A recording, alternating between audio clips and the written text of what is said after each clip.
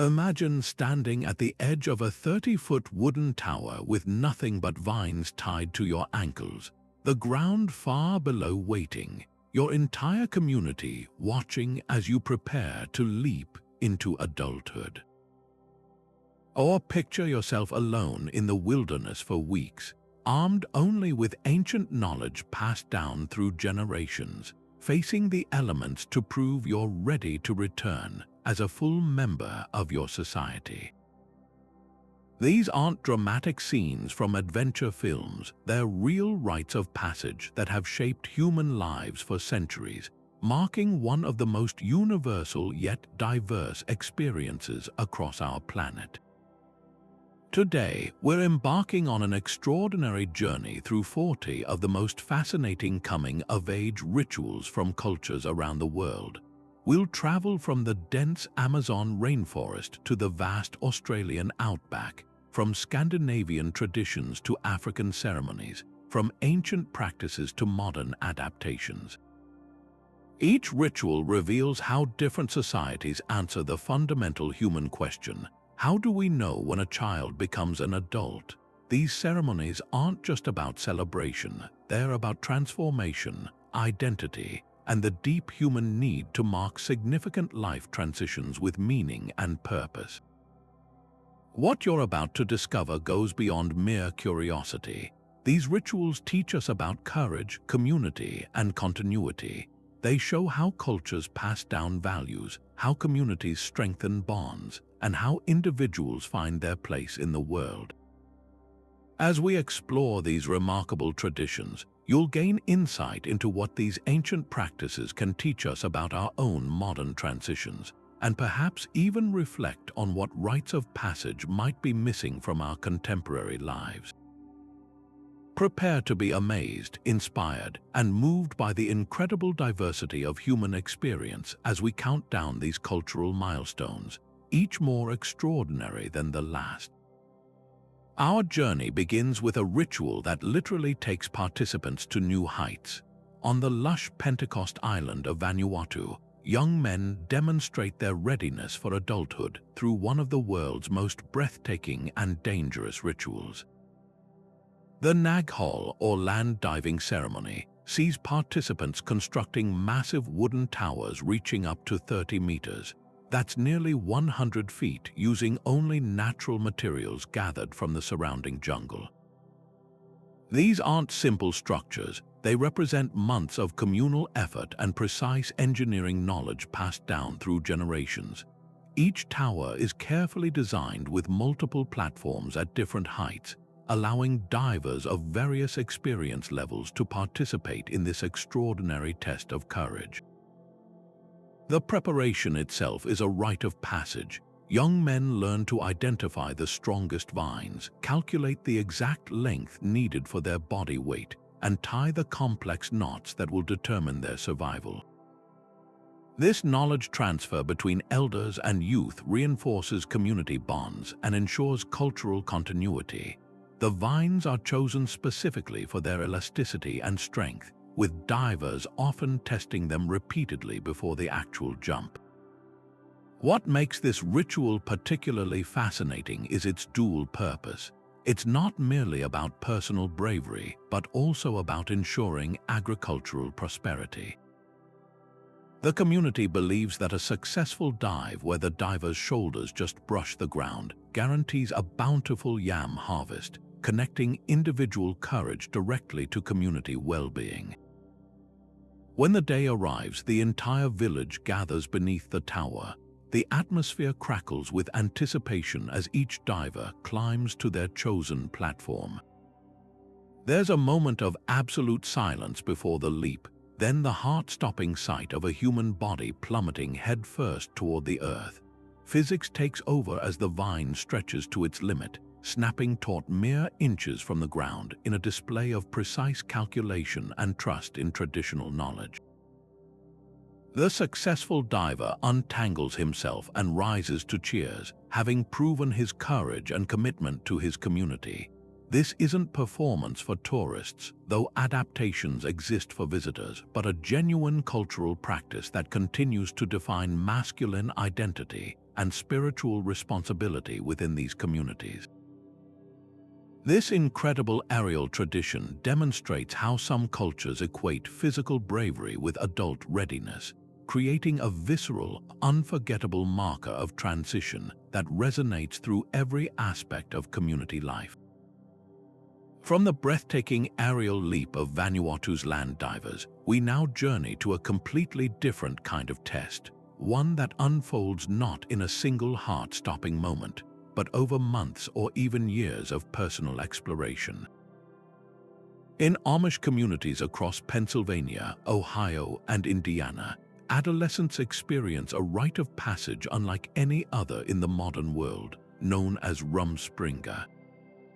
This Pennsylvania Dutch term translates roughly to running around, and it describes a remarkable period of time when the strict religious rules that govern Amish life are temporarily relaxed. Imagine growing up in a world without electricity, automobiles, or smartphones, then suddenly being granted permission to explore all of these things just as you're forming your adult identity. That's the essence of Rumspringa. This unique transition typically begins around age 16, though the exact timing can vary by family and community. There's no single prescribed way to experience this period for some. It might involve simply wearing contemporary clothing or getting a driver's license. For others, it can mean moving to a nearby city, experimenting with alcohol, or exploring modern technology and entertainment. The duration is equally flexible, lasting anywhere from a few months to several years, allowing each young person to determine how much exposure they need to make an informed decision. What makes this practice so extraordinary is the community's perspective. Rather than viewing this exploration as rebellion, they see it as a necessary testing period. The underlying philosophy is that faith must be chosen consciously, not simply inherited. By allowing young people to experience the alternatives, the community ensures that those who choose baptism and full Amish adulthood do so with genuine conviction. The outcomes of this period are more nuanced than popular media often portrays. While dramatic depictions show young people embracing extreme lifestyles, the reality is that an overwhelming majority, estimates range from 80 to 90%, ultimately choose to return to their communities and be baptized. Those who do leave often maintain surprisingly strong family connections, thanks to the Amish principle of separation, not meaning shunning in the way outsiders might assume. This practice demonstrates a profound balance between tradition and personal autonomy, creating a powerful model of voluntary commitment to community values. It raises fascinating questions about faith, choice, and what happens when a community so dedicated to separation deliberately opens a door to the outside world. This voluntary choice stands in stark contrast to our next ritual, where the community's decision holds far greater weight than the individual's. This profound transformation through ink and skin stands in stark contrast to the voluntary exploration of Rumspringa, representing instead a deeply communal and ancestral declaration of identity. Among the Maori people of New Zealand, the traditional practice of Tā Moko is far more than body art. It is a sacred rite of passage that etches one's very essence into their visage for all to witness. This isn't a tattoo in the Western sense, it's a carved masterpiece, created using chisels called yu-hai that slice into the skin, leaving permanent grooves that tell a story no spoken language could fully capture. The process itself is a test of character, an excruciating physical ordeal that demands incredible endurance, patience, and a deep reverence for the cultural knowledge being transferred from artist to recipient. Each session is accompanied by rituals and protocols, ensuring the spiritual significance of the act is honored every step of the way. What makes Tā Moko truly remarkable is its function as a living document. Every curve, spiral, and pattern holds specific meaning, encoding the wearer's whakapapa or genealogy, their tribal affiliations, social standing, and even personal achievements. The placement on the face is never arbitrary. For men, the full facial moko covers every available space with specific areas dedicated to their father's lineage on one side and their mother's on the other, while women might receive moko koi on their chins and lips, each design as unique as a fingerprint. This visual language communicates one's life story and social role to others within the culture, creating an immediate and undeniable connection to ancestors who wore similar markings for centuries. In a world that often pressures indigenous communities to assimilate, Tā Moko serves as a powerful, permanent declaration of Maori identity and cultural continuity, a defiant and beautiful statement that cannot be removed or hidden. The resurgence of Tā Moko in recent decades represents more than a cultural revival. It's a reclamation of identity and a powerful statement of sovereignty. After colonial efforts to suppress the practice, many Maori are now choosing to wear their history with pride, connecting with skilled practitioners who have dedicated their lives to preserving this ancient art form. This modern renaissance isn't about nostalgia but about asserting a living, evolving culture that honors its past while moving confidently into the future. The decision to receive moko is never taken lightly. It involves extensive consultation with elders, family, and the artist to ensure the design properly reflects the individual's journey and responsibilities to their community.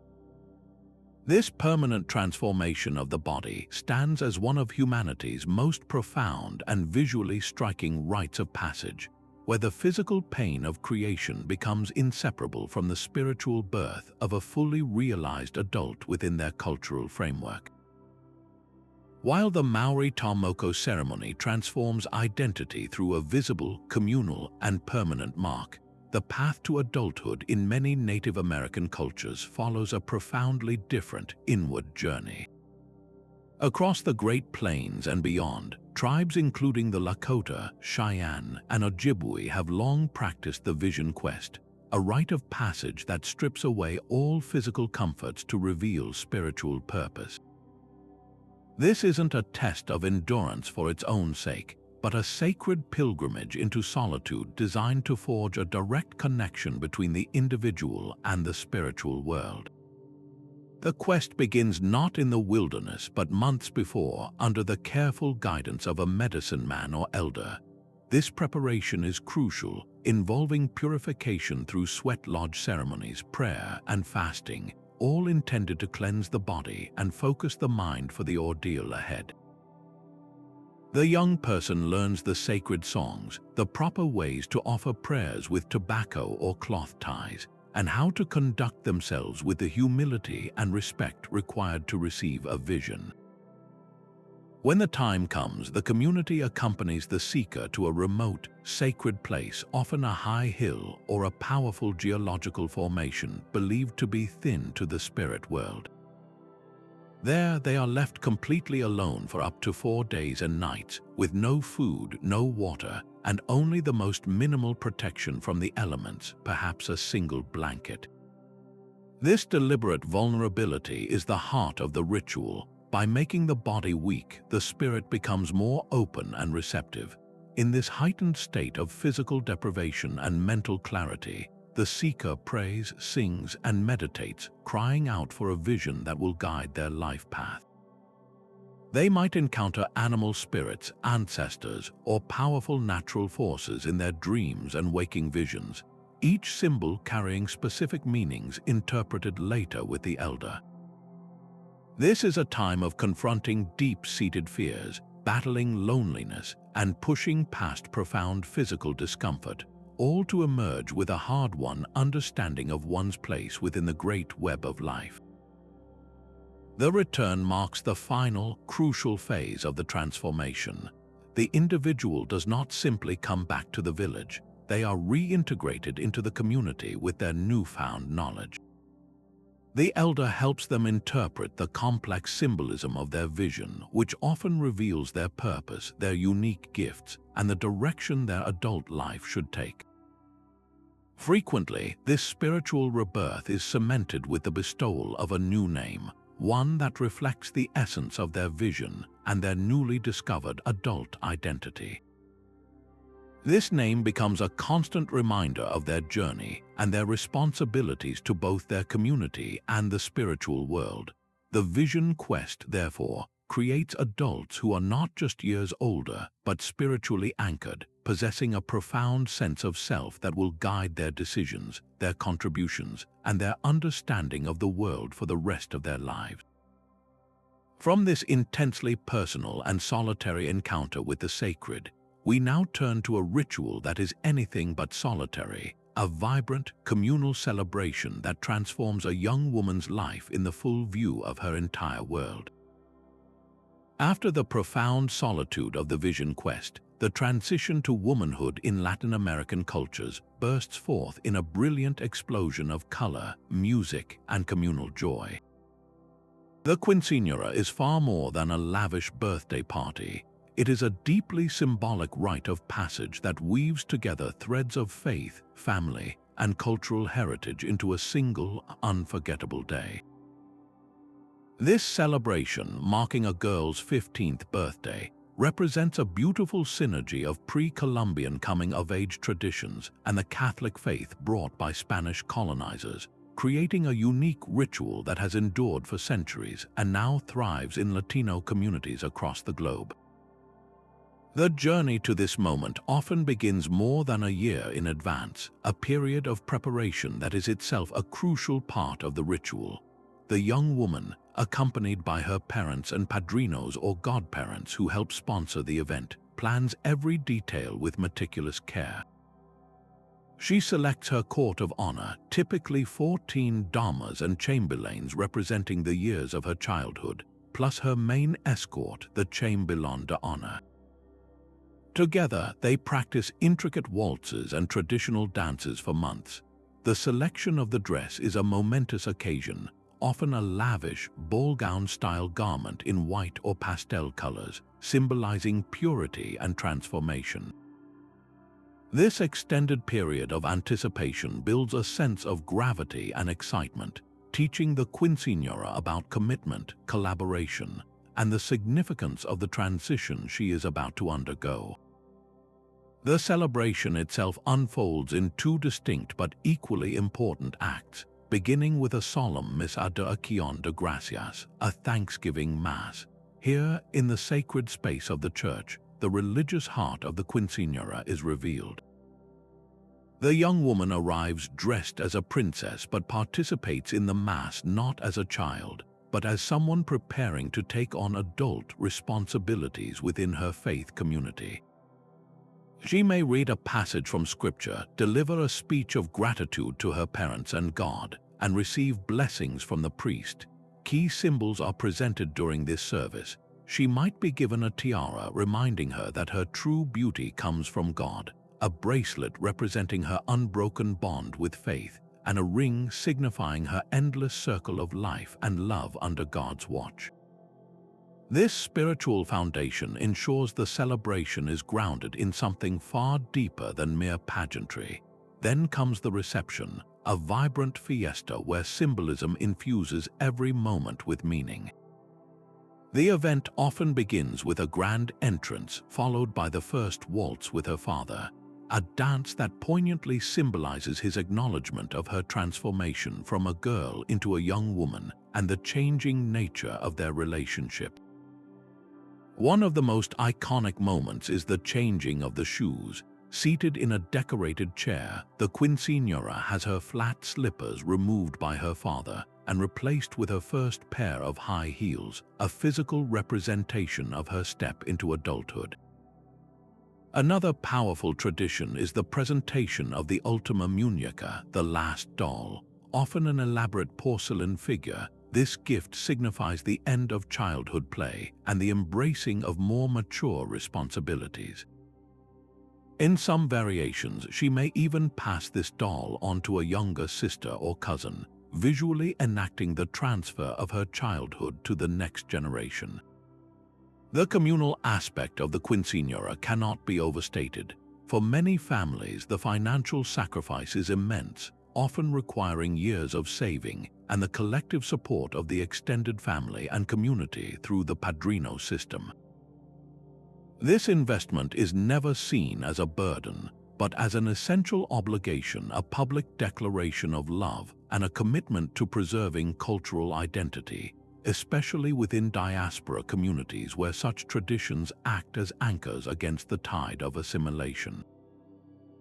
The celebration is not just for the immediate family, it is for the entire community that will now recognize and treat this young person as an adult.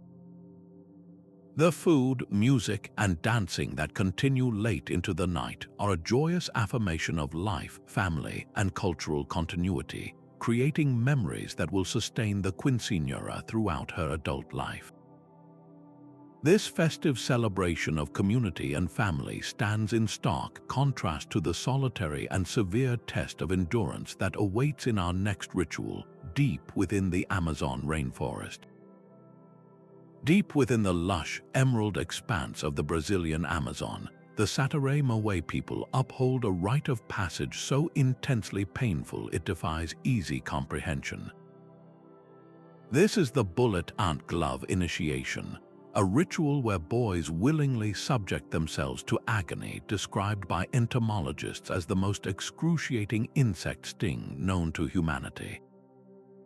The journey begins not with the sting itself, but with the careful, reverent collection of the ants.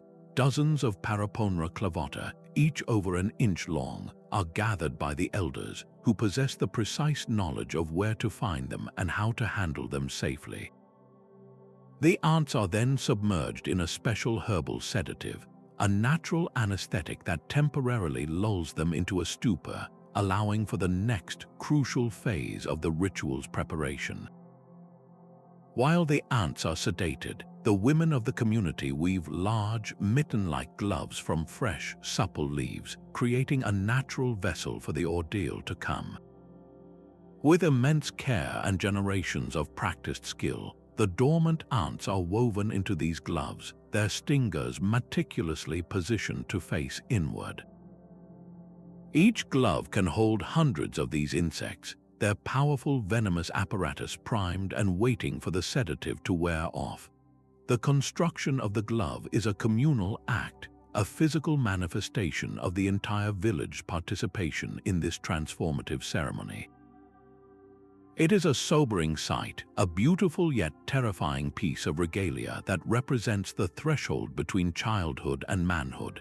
When the moment of truth arrives, the sedative has worn off completely, and the ants are fully alert, aggressive, and trapped with their stingers pointing toward the wearer's flesh. The young initiate, surrounded by the watchful eyes of his community, slowly and deliberately inserts his hands into the leaf gloves. Almost immediately, the venom takes effect. The pain is not a simple, sharp sting, but an overwhelming, all-consuming wave of fire that radiates through the entire limb. It has been scientifically compared to being shot with a bullet, a comparison that gives the ant its common name and scores the highest possible rating on the Schmidt-Sting Pain Index. The initiate's body convulses involuntarily, his heart races, and waves of nausea and fever wash over him. Yet his test has only just begun. He is not permitted to simply stand still and endure. He must perform. To the rhythmic beat of drums and the chanting of elders, the young man begins a traditional dance, moving his arms and body while the gloves filled with furious insects remain fastened to his hands. This dance, performed in a state of sheer agony, is the ultimate demonstration of mental fortitude. For a minimum of 10 minutes, he must move through the pain, controlling his facial expressions, suppressing his screams, and maintaining the dance steps even as his nervous system is under full assault. The message is clear. A true man must be able to lead, to perform his duties, and to uphold his responsibilities no matter what personal suffering he must endure. This is not merely a test of pain tolerance, it is a lesson in transcending the physical self through sheer force of will. The aftermath of the ritual is its own prolonged trial. The searing pain can persist at full intensity for several hours, only gradually subsiding over the next 24 to 48 hours into a deep, throbbing ache that can linger for days. The victim's hand may be paralyzed temporarily from the potent neurotoxins, but the most telling aspect of this rite is its repetition. A single experience is not enough.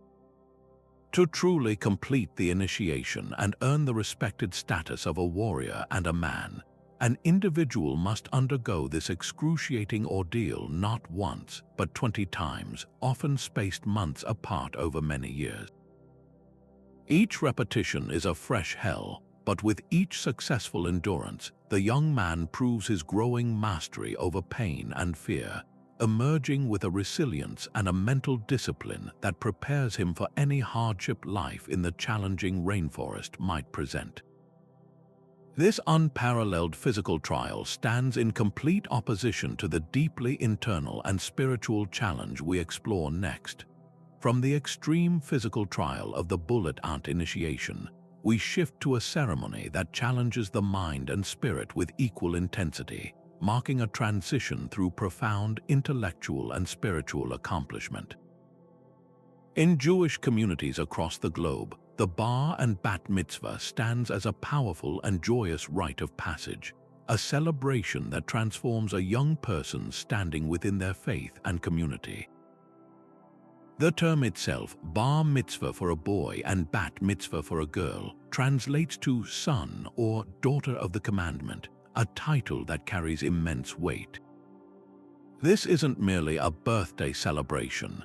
It is the formal recognition that the individual, at age 13 for boys and 12 or 13 for girls depending on the denomination, has reached an age of religious maturity and is now personally responsible for adhering to Jewish law, the halakha. The journey to this moment typically begins years in advance, a period of dedicated study that is itself a crucial part of the transformation. The young person, under the guidance of a rabbi and often a tutor, immerses themselves in learning to read and chant from the Torah, the sacred scroll containing the 5 books of Moses in its original Hebrew.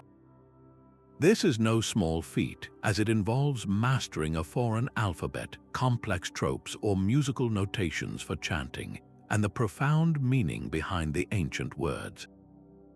The centerpiece of the ceremony is being called to the Torah for an aliyah, an honor that involves reciting blessings before and after a section of the weekly portion is read. For many, the culmination is chanting a longer passage from the Torah and a corresponding section from the prophetic books, known as the Haftarah. Perhaps the most intellectually demanding aspect is the delivery of a Devar Torah, a speech in which the young person interprets their assigned Torah portion, drawing out ethical lessons, historical context, and personal relevance that demonstrates a deep understanding far beyond rote memorization. The ceremony itself is a beautiful tapestry of family, faith, and community. It takes place during a regular synagogue service, usually on a Saturday morning, ensuring the entire congregation witnesses and participates in this milestone. Family members are given honors such as opening the ark that houses the Torah or carrying the sacred scrolls, weaving the generations together in a public affirmation of support and continuity. A powerful and often emotional moment comes when parents offer a blessing, traditionally thanking God for relieving them of responsibility for their child's actions, now that the child is accountable for their own choices under Jewish law. This legal and ethical shift is the very core of the ritual. The bar or bat mitzvah is now counted in a minyan, the quorum required for public prayer, and is expected to observe the commandments fully. Following the religious service, a celebratory reception, or sudat mitzvah, almost always occurs. These events range from intimate luncheons to large parties, but all serve to reinforce the young person's new status socially. Speeches are given, gifts are presented, often of a religious or charitable nature, and there is dancing and music. A modern and meaningful tradition involves the bar or bat mitzvah undertaking a tzedakah project, a charity initiative that embodies the Jewish value of righteous giving and social justice, further cementing the link between their new adult status and ethical responsibility to the wider world. This elegant ceremony, which emphasizes intellectual growth, spiritual commitment, and ethical duty, presents a stark and fascinating contrast to the next ritual on our journey, which celebrates the attainment of a very different kind of power, that of a warrior. Leaving behind the sacred scrolls and scholarly focus of the bar mitzvah, we now journey to the sun-baked savannas of East Africa, where the transition to manhood is announced not with a speech, but with a spectacular vertical leap. For the Maasai people of Kenya and Tanzania, the Eunoto ceremony is the grand, multi-day culmination of a decade-long journey, transforming the fiery, proud junior warriors known as Moran into respected senior warriors and future elders. This isn't merely a celebration, it's a complex societal recalibration, a moment where the fierce independence of youth is formally channeled into the sober responsibilities of adulthood, all centered around one of the most visually stunning rituals on earth, the adumu or jumping dance. The young men participating in Eunoto have spent years living apart from their families in special warrior villages called maniatas. Here, they have mastered the skills of protecting their community's most vital asset, their vast herds of cattle from predators and rival groups. They have grown their hair into long, elaborate braids coated in red ochre, a striking visual symbol of their distinct liminal status between boyhood and manhood. The Eunoto ceremony begins the process of bringing them back into the fold. One of the first and most powerful acts is the shearing of these long, ochre-stained locks by their mothers, a poignant symbolic act representing the shedding of their former warrior identity and their reintegration into the broader community structure. Their heads are shaved clean, marking a literal and figurative clean slate. Then comes the adornment. Elders meticulously prepare the warriors for their final display of youthful vigor. Their bodies are slathered with a mixture of red ochre and animal fat, which gives their skin a distinctive, luminous sheen under the African sun and serves as both ritual purification and natural sunscreen. Elaborate beaded regalia, crafted by the women of the community, is draped over their shoulders, each color and pattern carrying specific meanings related to courage, strength, and Maasai identity. They are transformed into living works of art, their physiques primed for the central test of the ceremony. The centerpiece of Eunoto, the adumu, is a breathtaking display of strength, agility, and pure athleticism. The men form a tight circle, with a few individuals stepping into the center, as the circle chants a deep, rhythmic melody in a call and response pattern that provides the beat. The central performers begin to jump. But these are not ordinary jumps. From a completely flat-footed stance, they propel themselves straight upward, achieving seemingly impossible height, their bodies held rigid and straight, toes pointed toward the earth below. The goal is to jump the highest without allowing one's heels to touch the ground, a feat that requires incredible explosive power in the calves and core. The energy from the circle is tangible. The chanting grows more intense, driving the jumpers to ever greater heights. This is far more than a simple competition. It is a visceral, physical manifestation of their strength, a quality essential for a pastoral people living in a challenging environment. A higher jump translates directly into greater status, respect from elders, and undeniable appeal in the eyes of young women seeking a strong partner. Upon the successful conclusion of the Eunoto, these men are no longer Moran. They are elevated to the status of junior elders, they are given new names to reflect their new, dignified position within the social hierarchy. They now carry the right to marry, start families, and own cattle, the foundation of Maasai wealth and status. Most importantly, they begin the long process of assuming leadership roles, eventually becoming the decision-making elders who will guide their community. The Adumu, therefore, is their final, glorious burst of youthful competitive spirit, a spectacular and unforgettable public performance that slams the door on one chapter of life and kicks open the next. From this electrifying display of raw physical power that defines a new social role, we now travel to a tradition where the transition to adulthood is marked not by how high one can jump, but by the depth of one's bow. This elegant transition from warrior status to community elder through the power of dance presents a fascinating contrast to the serene and deeply philosophical coming-of-age ceremonies found across East Asia. Here, the journey to adulthood is marked not by physical feats, but by solemn rituals steeped in 2.5 millennia of Confucian thought, creating a powerful cultural counterpoint that values social harmony and ethical duty above individual prowess. Known as Gwolai in Korea, Jai Lai in China, and Seijin Shiki in Japan, these ceremonies share a common philosophical bedrock while expressing themselves through distinct cultural traditions, each offering a window into how East Asian societies conceptualize the very meaning of responsible adulthood. The preparation for these events is itself a lesson in the values they espouse. Months before the actual ceremony, young people often participate in workshops where they learn the precise etiquette, the deep bows, and the proper way to wear their traditional attire. This isn't merely about learning steps, it's about internalizing a posture of respect and mindfulness.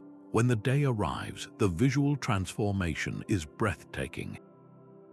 In Korea, participants don the vibrant hanbok, its elegant lines and brilliant colors a symbol of cultural pride. In China, the flowing robes of the hanfu connect the wearer to thousands of years of history, while in Japan, the intricate, often prohibitively expensive kimono and formal monsuki hakama represent the gravity and beauty of the occasion. This clothing does more than just look beautiful, it physically constrains movement, encouraging a slower, more deliberate and graceful demeanor that embodies the dignity of their new adult status. The core of the ceremony is the series of bows performed before parents, elders, and sometimes community leaders. This is no casual nod of the head. It is a deep, formal bow from the waist, held for a respectful duration. In this profound gesture of humility and gratitude, participants silently acknowledge the debt they owe to the previous generations who raised, taught, and supported them. It is a physical promise to honor that investment by becoming a virtuous and contributing member of society. Following the bows, there is often a ritualized drinking of traditional alcohol, such as rice wine, symbolizing the sharing of wisdom and the acceptance of adult privileges and responsibilities within a communal context. A central and often moving part of the event is the receiving of gifts and the listening to lectures. Gifts are rarely simple commodities, they are deeply symbolic. Common presents include dates and chestnuts in Korea, representing the hope for many children, or a scroll with a virtuous maxim in China. The lectures, delivered by respected elders or community figures, are not dry speeches but heartfelt exhortations on the Confucian virtues of filial piety, loyalty, integrity, and ethical behavior. They emphasize that adulthood is not about freedom from rules, but about the voluntary and conscious acceptance of one's duty to family, community, and nation. This is a pivotal reframing of what it means to grow up. It's about embracing obligation, not escaping it. What makes the modern incarnation of these rituals particularly fascinating is their journey from exclusivity to accessibility. For centuries, these elaborate ceremonies were the privilege of the aristocratic Yongbun class in Korea, the scholar officials in China, and the samurai class in Japan. They were markers of social status as much as age. Today, however, they have been largely democratized. In Japan, Seijin no Hai, or Coming of Age Day, is a national holiday where municipalities host ceremonies for all 20-year-olds, celebrating their new legal rights and responsibilities. In Korea and China, while not always on such a grand scale, schools and cultural organizations frequently host Gwolai and Jai Lai ceremonies to instill traditional values in the younger generation. This revival speaks to a powerful desire to anchor modern identity in cultural continuity, offering a compass of ethical behavior in an increasingly complex world. This philosophical and communal approach to marking adulthood provides a striking contrast to the next ritual on our list, which involves a much more intimate and physically permanent transformation. While the Confucian ceremonies of East Asia focus on the external demonstration of respect and social duty, a very different kind of transformation occurs on the Indonesian island of Bali, where the path to adulthood is marked not by a change in clothing or a bow, but by a subtle yet profound alteration of the physical self. The Mesengi, or teeth filing ceremony, is a cornerstone of Balinese Hinduism, a rite of passage that beautifully illustrates the core spiritual belief that growing up is fundamentally about refining one's inner nature. This isn't about cosmetic enhancement. It's a deeply symbolic act of purification, a literal filing away of the Chinese letter, animalistic qualities that are believed to hold the human spirit back from achieving its highest potential. The philosophy behind the ritual is as intricate as the ceremony itself. Balinese Hindus believe that humans possess 6 key negative instincts, known as sad-ripu: desire, greed, anger, confusion, intoxication, and jealousy. These base emotions are metaphorically linked to the sharp, pointed canine teeth that all people are born with, teeth that resemble those of wild animals like dogs or monkeys. These animalistic traits are seen as the root cause of imbalance, suffering, and unhappiness in life. The act of filing down the 6 upper front teeth, the 4 incisors, and the 2 canines, is therefore a powerful act of symbolic surgery. It is the physical removal of these spiritual imperfections, a process of smoothing the rough edges of the soul to create a more harmonious, balanced, and truly human individual. By dulling these animalistic points, the individual demonstrates their commitment to controlling their baser instincts and cultivating the self-control, compassion, and wisdom required for a righteous adult life. The ceremony itself is an elaborate and costly affair, typically organized for adolescents in the years before marriage, and is considered an absolute necessity for spiritual progression. The entire family is involved in the preparations, which can take months. A highly auspicious date is chosen by a Hindu priest based on the Balinese Paukan calendar, and the family compound is transformed into a sacred space filled with intricate penja bamboo offerings and colorful decorations. The young person being honored is treated like a royal for the day, dressed in exquisite traditional silk attire and gold jewelry. Yet they are also the central figure in a serious spiritual undertaking. The actual filing is performed by a skilled sanging, a specialist priest who uses a traditional metal file, often handed down through generations. The process is not performed under anesthetic, and while not excruciating, the vibration and pressure are deeply unsettling, a physical discomfort that is embraced as part of the transformative ordeal. This is far from a simple dental procedure. The entire event is enveloped in prayer and ritual. Before any filing begins, the priest conducts lengthy prayers to invoke the blessings of the gods and ancestors. The young person is seated in a sacred space, surrounded by family, as the priest carefully files each tooth just enough to remove its point and create a uniform, level line. The filings are caught on a banana leaf, for they are considered impure and must be disposed of ceremonially, often buried in a temple ground. Throughout the process, the family maintains a supportive and celebratory atmosphere, with gamelan music playing and a feast being prepared.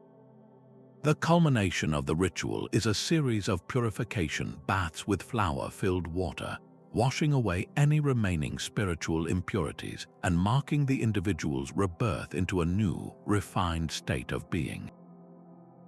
The newly filed teeth, while a subtle change to an outside observer, are a source of great pride and spiritual significance for the Balinese. A smile reveals a person who has been purified, who is ready to participate fully in religious ceremonies, enter into marriage, and contribute to their community as a balanced and civilized adult. The smooth, even teeth are considered aesthetically beautiful because they reflect an inner spiritual beauty and control. To die without undergoing this ritual is considered a tragic misfortune, condemning the soul to an unbalanced existence. The mesengi, therefore, is a perfect example of a rite of passage that seamlessly blends profound spiritual symbolism with a tangible physical change, creating a permanent, daily reminder of the cultural imperative to transcend our baser natures and live a life of harmony and virtue. This intentional, controlled modification of the body for spiritual purposes stands in stark contrast to the next ritual we will explore, where the body itself becomes a canvas for a much more extensive and visually dramatic story of identity. While the Balinese teeth filing ceremony focuses on a subtle refinement of the self, the scarification traditions of West Africa embrace a far more dramatic and visually striking transformation, turning the human body itself into a living canvas of identity and endurance. Among diverse ethnic groups like the Dinka of South Sudan, the Nuer, and the Sama peoples of Ethiopia, the skin is not merely a surface but a sacred text, with intricate patterns of raised scars telling a story of belonging, bravery, and life's journey. This practice, known as scarification or cicatrization, is a profound rite of passage where the intense physical pain of creation is inseparable from the spiritual and social birth of an individual within their community. The process itself is a meticulous and deeply symbolic art form, performed by skilled elders using razors, thorns, or other sharp instruments. The chosen designs are not arbitrary. Each line, curve, and pattern holds specific meaning, encoding information about tribal affiliation, family lineage, and social status directly onto the skin. For the initiate, the experience is a brutal test of courage and fortitude.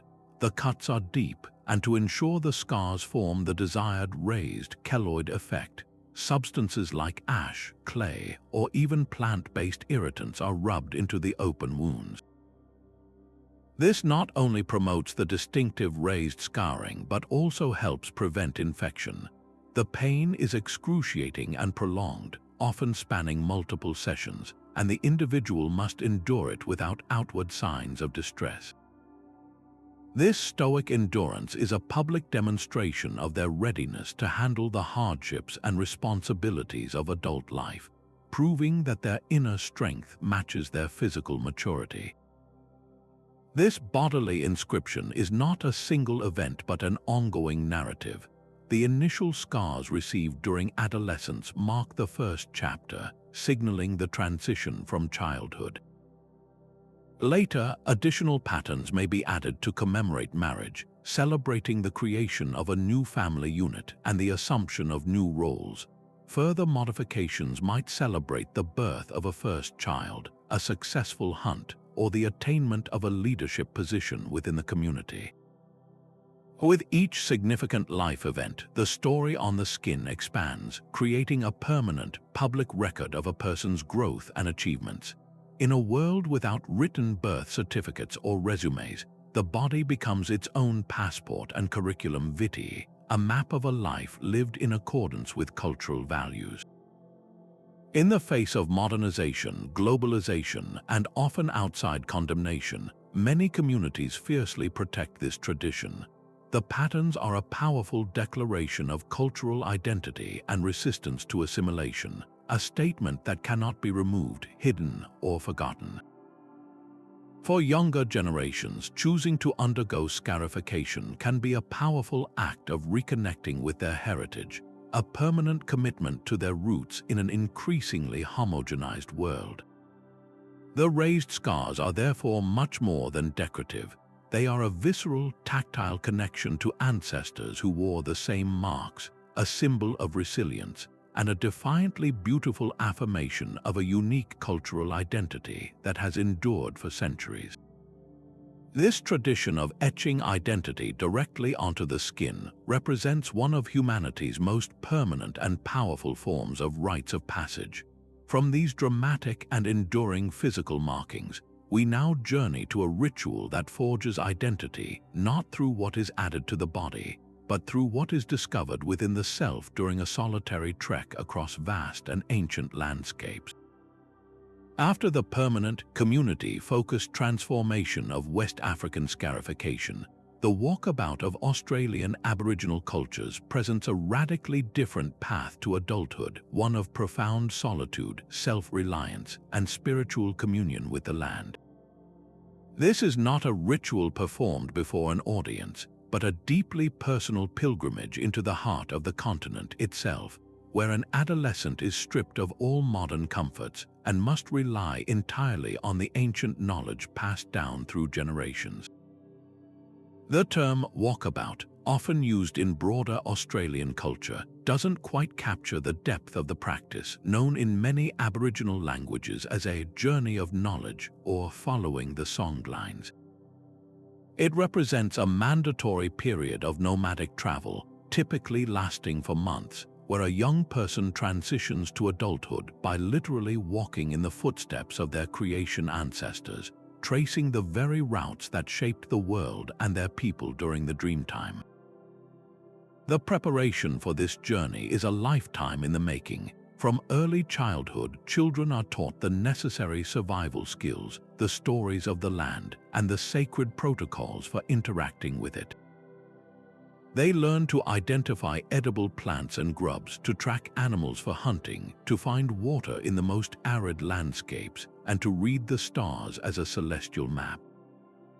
But this knowledge is not taught in a classroom. It is woven into stories, demonstrated through daily life, and shared around campfires.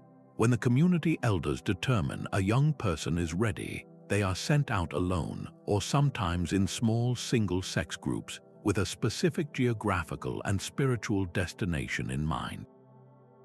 They are not given a map, they carry the map within them, in the form of oral histories and songlines that describe the landscape in exquisite detail. This is the ultimate test of knowledge retention and practical application. The concept of songlines is central to understanding the walkabout. These are not merely songs, they are intricate oral maps, epic poems, and sacred narratives all rolled into one. A songline describes a path across the land, noting every waterhole, mountain, rock formation, and significant site, all through a sequence of verses. By singing the song in the correct order, a traveler can navigate vast distances without ever having seen the terrain before. Each feature in the landscape is linked to the actions of ancestral beings during the Dreamtime, making the journey not just a physical trek but a reenactment of creation itself. As the initiate walks and sings, they are quite literally singing the world into existence around them, reinforcing the fundamental Aboriginal belief that people and country are inseparable, part of one interconnected living entity. The journey is as much an internal one as it is external. In the immense silence and solitude of the bush, away from the distractions of community life, the young person is forced to confront themselves. They grapple with fear, loneliness, and uncertainty, and in overcoming these challenges, they discover their own strength, resilience, and unique identity. They learn to listen, not just to the sounds of the environment, but to the subtle spiritual presence of the land itself. It is during this time that they are believed to be most receptive to visions or messages from the dreaming, which can reveal their purpose, their totem, or their role within the community.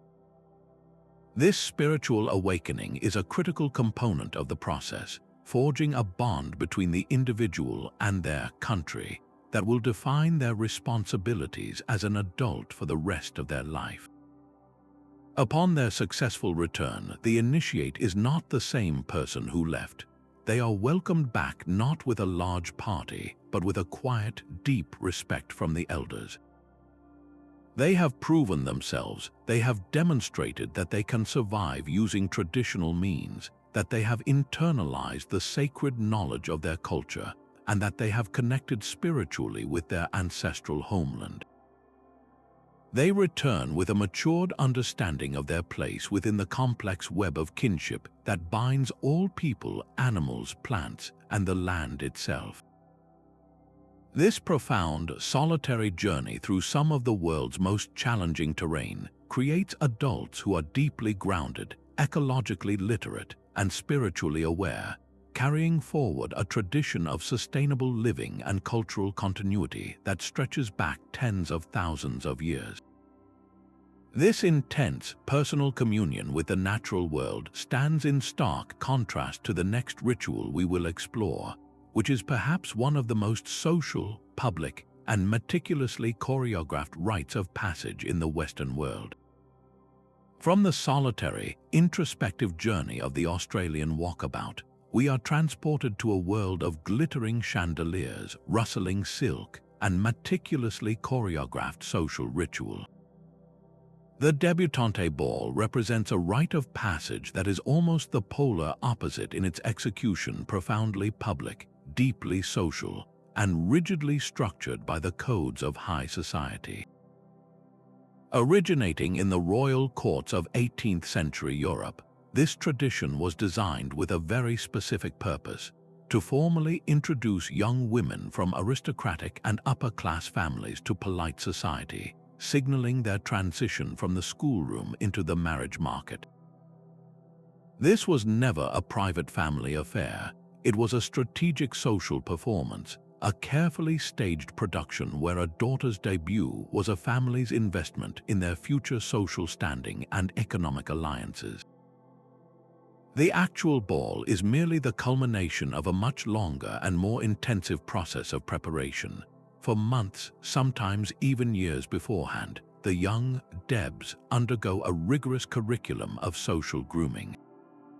They attend cotillion classes where they master not only the steps of formal dances like the waltz and the foxtrot, but also the precise posture and hand placement required for each movement. Etiquette lessons cover everything from the complex rules of place settings at a formal dinner to the art of making polite conversation with someone from any generation or social stratum. They learn how to enter a room, how to hold a teacup, how to gracefully decline an unwanted dance, and how to navigate a receiving line with poise. This training is about far more than mere manners. It is the cultivation of an entire demeanor, one of quiet confidence, graceful restraint, and an unflappable composure designed to project the ideals of their social class. The night of the ball itself is a spectacle of symbolic gestures. The debutantes, often dressed in identical white ball gowns symbolizing purity and innocence, make their grand entrance. The central moment is the presentation or the curtsy. Each young woman is announced by name and then presented to a seated honor guest, perhaps a member of an old noble family, a high-ranking community leader, or a dignitary. She then performs a deep, formal curtsy, a movement practiced to perfection, demonstrating her respect for tradition and social hierarchy. This is followed by her first dance, almost universally shared with her father. This dance is rich with symbolism. It represents his role as her protector and his formal acknowledgement of her step into adulthood. even as it subtly signifies his permission for other suitable young men to now court her. After this, the ballroom opens for general dancing, and the Debutante's card, a small dance program, begins to fill with the names of her partners for the evening. While the classic Debutante ball has faced significant criticism for perpetuating outdated gender roles and reinforcing elitist class structures, the tradition has proven remarkably adaptable. In many modern communities, particularly in the American South and within certain philanthropic circles, the institution has been reinvented. The focus has often shifted from marriageability to a celebration of community service and leadership. Many contemporary Debutante programs require participants to complete a set number of volunteer hours and to fundraise for a designated charity. The lavish ball then doubles as a major philanthropic event, with the funds raised supporting local causes. In this evolved form, the ritual still teaches poise and social grace, but it frames a young woman's entry into adulthood not just as her readiness for marriage, but as her readiness to assume a role as a responsible, charitable leader within her community. This fascinating persistence demonstrates how a rite of passage can be critiqued and modified to align with changing social values, yet still retain its core function of marking a significant life transition with pomp, ceremony, and communal recognition. Leaving behind the glittering ballrooms and social choreography of Debutante culture, we venture into a world where the transition to adulthood is measured not by social grace, but by survival itself. Across the vast and varied landscapes of our planet, from the frozen expanse of the Arctic to the arid dunes of the Kalahari, a young person's first successful solo hunt stands as one of humanity's most universal and ancient rites of passage. This is not a test taken with pen and paper, but a final, practical examination of a lifetime of learning, where the stakes are nothing less than the ability to sustain one's own life and contribute to the community's well-being. It represents the ultimate demonstration of readiness, proving that an individual can now transform ancient knowledge into tangible provision.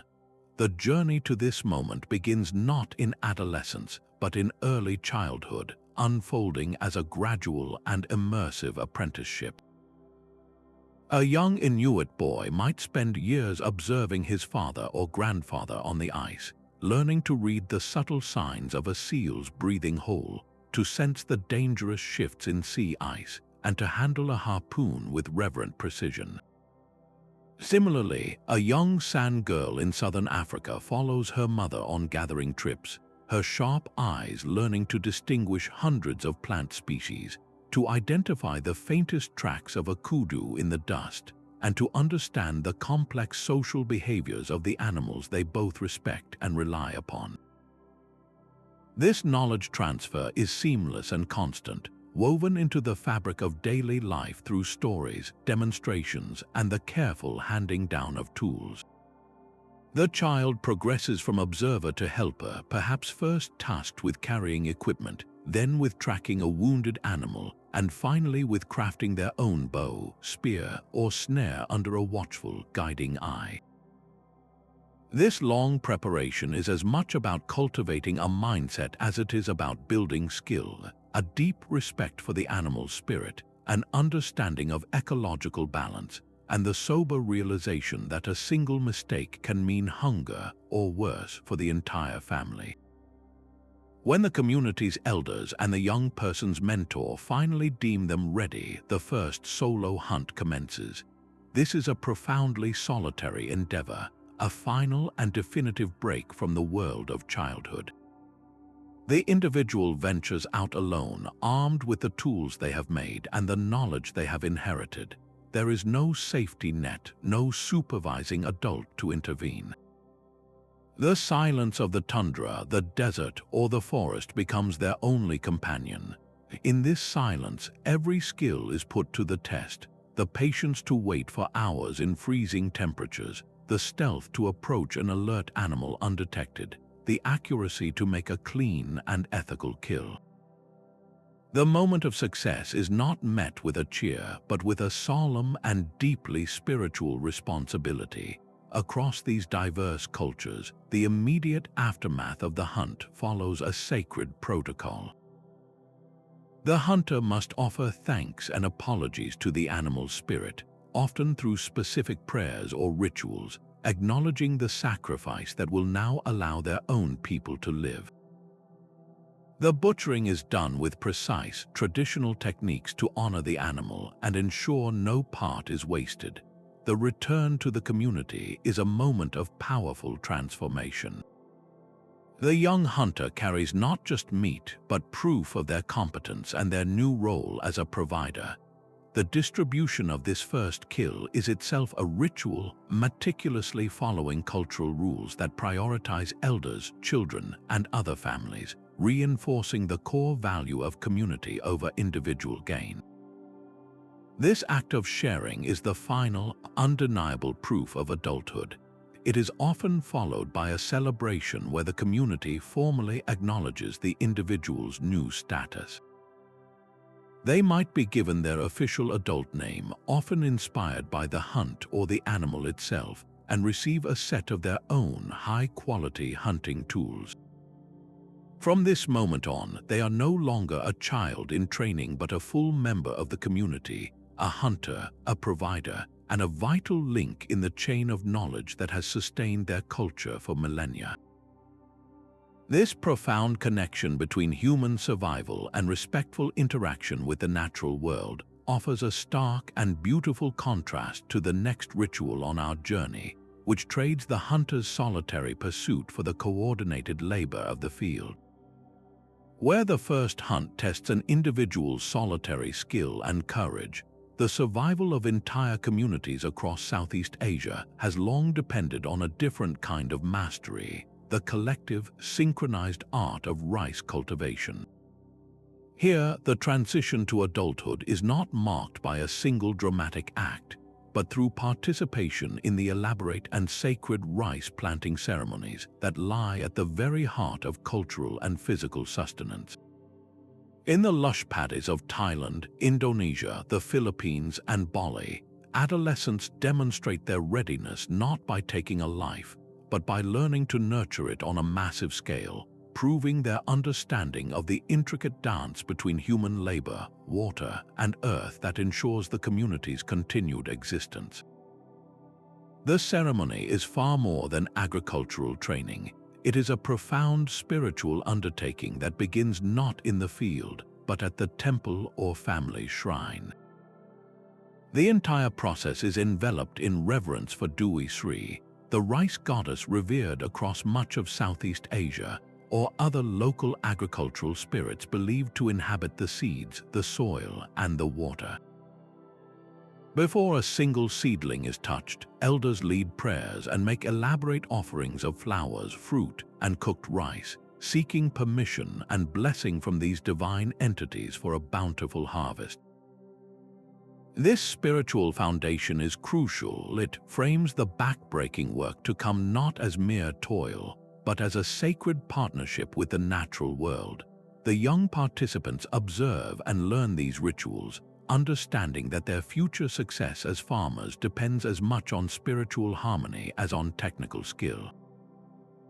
They are taught that the rice plant has a soul and that it must be treated with respect and gratitude throughout its life cycle, from planting to harvest. Only after these prayers are offered does the physical test begin. Dressed in traditional clothing that protects them from the sun and mud, the adolescents step into the flooded, prepared paddy fields. The task ahead is a masterpiece of coordinated effort. The boys and young men must first demonstrate their strength and skill in preparing the field, using water buffalo or modern equipment to create the perfectly soft, level mud crucial for the seedlings to take root. Meanwhile, the young women often take the lead in the actual planting, moving in a graceful, synchronized line across the submerged field. Each movement is precise and practiced, bending from the waist, they take a handful of pre-grown seedlings, separate a few, and with a deft push of the thumb, embed them into the mud at the exact correct depth and spacing.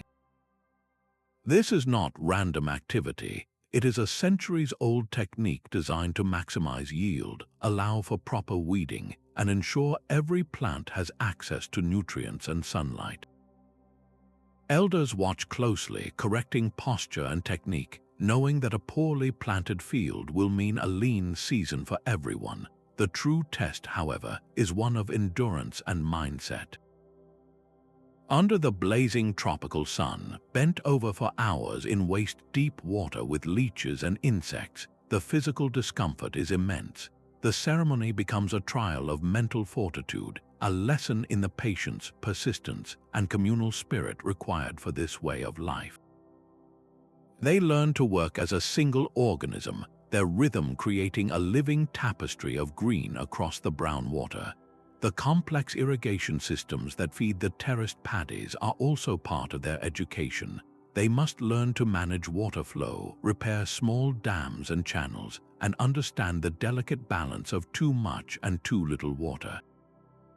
This knowledge is the community's most vital asset, passed down through generations not in books but through lived experience in the field. Successful participation in this ritual is a public declaration of readiness. A young person who can perform these tasks correctly and with the right attitude demonstrates that they have graduated from being a consumer of the community's resources to a guardian of its future. They are now seen as responsible enough to potentially manage their own plot of land, a prerequisite for marriage and starting a family. They are welcomed into the cooperative labor exchanges that define rural Southeast Asian life, where neighbors help each other plant and harvest, strengthening social bonds. This rite of passage, repeated across millions of people for thousands of years, is a powerful affirmation that adulthood is fundamentally about stewardship of the land, of traditional knowledge, and of the community itself. It ensures that the ancient, sustainable practices that have nourished civilizations will continue to thrive, connecting each new generation to the sacred source of all life, a single grain of rice. After exploring the profound connection to land and survival through the rice planting ceremonies of Southeast Asia, we now turn inward to a transformation of the spirit and intellect, entering the sacred and ancient world of Hindu tradition. The Upanayana, or sacred thread ceremony, represents one of the most significant samskaras in a Hindu boy's life, a rite of passage that doesn't just celebrate growing older, but actively initiates a profound spiritual rebirth. This ceremony, primarily for boys from the Brahmin, Kshatriya, and Vaishya castes, typically occurring between the ages of 8 and 16, marks the moment a child is formally welcomed into the world of Vedic knowledge and assumes personal responsibility for his spiritual development.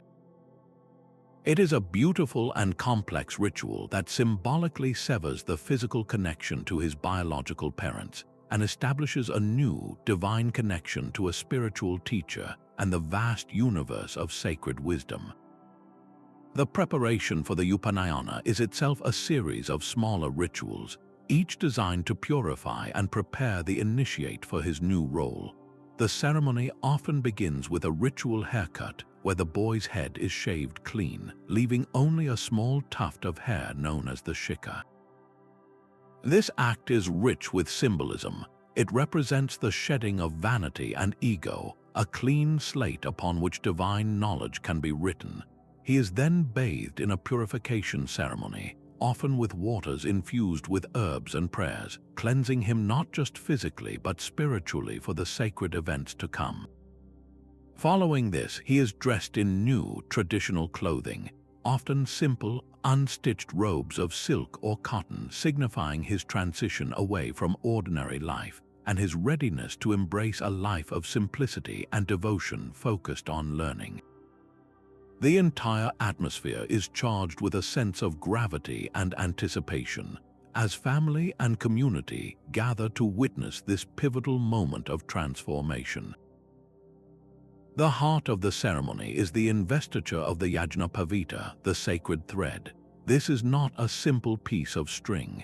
It is a meticulously crafted cord of 3 strands, each composed of 3 finer threads, making 9 strands in total. These numbers are deeply symbolic. The 3 primary strands represent the 3 debts the young man is now consciously accepting.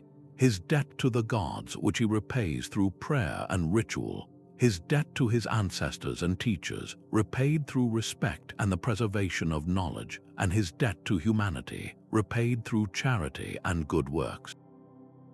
The 9 strands echo the 9 planets in Vedic astrology, symbolizing that his new spiritual journey is now under the protection and influence of the cosmos.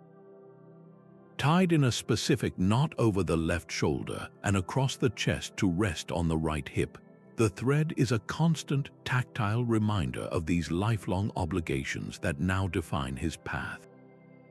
Perhaps the most intimate and powerful moment of the Upanayana is the whispering of the Gayatri mantra. The young boy, often with his eyes covered, sits before his guru, who may be the officiating priest or a chosen spiritual guide. The guru leans close and whispers the sacred mantra directly into his ear. This is the first time the initiate hears this most revered of Vedic hymns, and the method of transmission is crucial. It is not read from a book or shouted for all to hear. It is a whispered secret, a precious gem of knowledge passed directly from teacher to student, symbolizing the intimate and sacred nature of the guru-disciple relationship that is now beginning. This mantra, a prayer for enlightenment and spiritual awakening, becomes his personal tool for meditation and worship for the rest of his life. Receiving it marks his formal entrance into the first of the 4 life stages, or ashramas, brahmacharya, the student stage. This phase of life is dedicated entirely to learning, celibacy, and service to his guru. He is expected to lead a life of discipline, humility, and intense study, immersing himself in the Vedas, Hindu philosophy, and the rituals that will guide his future. The sacred thread he now wears is a permanent part of his identity. He will Chinese letter it annually in a smaller ceremony, but he will never be without it. It serves as an ever-present reminder of the vows he has taken and the debts he must strive to repay through his thoughts, words, and actions. The Upanayana, therefore, is not a graduation into adulthood but a commencement into a life of conscious spiritual pursuit. It creates a bridge between the individual and the divine, anchoring his daily life to a higher purpose and ensuring the ancient Vedic traditions continue to vibrate through yet another generation. From this deeply structured and scripted initiation into a life of spiritual study, we now journey to a tradition that offers a temporary yet equally profound immersion into monastic discipline. Following the sacred thread ceremony's lifelong commitment to spiritual study, the path to adulthood in the Theravada Buddhist cultures offers a profoundly different approach, a temporary but total immersion into the monastic world that shapes character through radical simplicity. Across Thailand, Myanmar, Cambodia, and Laos, it is a common and deeply cherished tradition for young men to ordain as Buddhist monks for a period of time, ranging from a few weeks during school breaks to several months or even years before embarking on careers and marriage. This practice, far from being an escape from reality, is considered the ultimate preparation for it, a crucible where boys forge the mental and ethical foundations required for a meaningful adult life. The decision to undertake this journey is often a family one, viewed not as a personal choice alone but as a collective act of spiritual merit that brings blessings upon the entire household, particularly the parents who gain immense respect in the community for raising a son worthy of the robe. The transformation begins with a vibrant and emotional pre-ordination ceremony, a far cry from the solemnity one might expect. The young man, dressed in fine white clothing, and sometimes even adorned like a prince to symbolize his pampered worldly life, is carried on the shoulders of joyful relatives through the streets in a lively procession towards the temple. This celebratory parade, accompanied by music and dancing, represents the communal support for his decision and the joyous offering of a son to the Buddha's service. Upon arrival at the monastery, the mood shifts to one of reverence. In a poignant ritual, he kneels before his parents to ask forgiveness for any past transgressions, and they, in turn, offer their blessings for his spiritual journey. This moment beautifully encapsulates the ceremony's dual purpose. It is both a farewell to his old identity and a sacred blessing for his new one. The physical transformation is immediate and stark. His head and eyebrows are completely shaved, a powerful act of renunciation that strips away vanity, individuality, and attachment to physical appearance. He then exchanges his fine clothes for the simple, humble robes of a novice monk, typically saffron, ochre, or orange, colors chosen for their association with simplicity and earthiness. The ordination itself involves taking upon himself the 10 precepts, a strict ethical code that includes vows of celibacy, absolute non-violence, and complete honesty. He also vows to abstain from stealing, taking intoxicants, eating after noon, entertainment, personal adornments, and handling money. This radical renunciation of worldly comforts and desires is not meant as a permanent state for most, but as a temporary reset, a deep dive into a life of discipline that highlights the distractions and attachments of ordinary existence, creating a profound contrast he will carry with him forever. Life inside the monastery is governed by a rigorous and unchanging routine designed to cultivate mindfulness and detachment. His days begin before dawn for chanting and meditation, followed by a morning walk through the community to collect alms food. This act of going on pindabat with bowed head and bare feet is a powerful lesson in humility and interdependence, as he relies entirely on the generosity of laypeople for his daily sustenance. The afternoons are dedicated to intensive study of the Dharma, the Buddha's teachings, and to further meditation practice, often under the direct guidance of a senior monk who acts as his spiritual mentor. The absence of entertainment, personal Chinese letter, and even the option to speak unnecessarily forces an inward turn, a confrontation with the self that fosters incredible self-awareness, patience, and emotional resilience. This structured existence, free from choice and focused on the present moment, provides a mental clarity that many describe as life-changing. The culmination of this period is not an ending, but a new beginning. After his predetermined time as a novice, he disrobes in a simple ceremony and returns to his family and secular life. However, he returns profoundly changed. The experience equips him with an unparalleled toolkit for adult life: the mental discipline to focus on long-term goals, the ethical compass to navigate complex situations with integrity, and the emotional maturity to handle stress and adversity with a calmer mind. In the eyes of his community, he is now a man of proven character, worthy of respect and trust. He is considered an ideal candidate for marriage and a valuable member of any workforce. This temporary ordination, therefore, functions as a societal stamp of approval, a culturally mandated program for building better, more mindful citizens. It ensures that the core Buddhist values of compassion, mindfulness, and ethical living are not confined to temple walls, but are carried back into the heart of everyday society by every young man who has briefly worn the robe. Moving from the intricate spiritual symbolism of the sacred thread ceremony, we encounter a rite of passage that communicates identity and value through one of the most visually striking and physically demanding transformations imaginable. Among the Mersey and Sama peoples of Ethiopia's remote Omo Valley, young women undergo a profound metamorphosis that centers on the insertion of increasingly large clay plates into their pierced and stretched lower lips.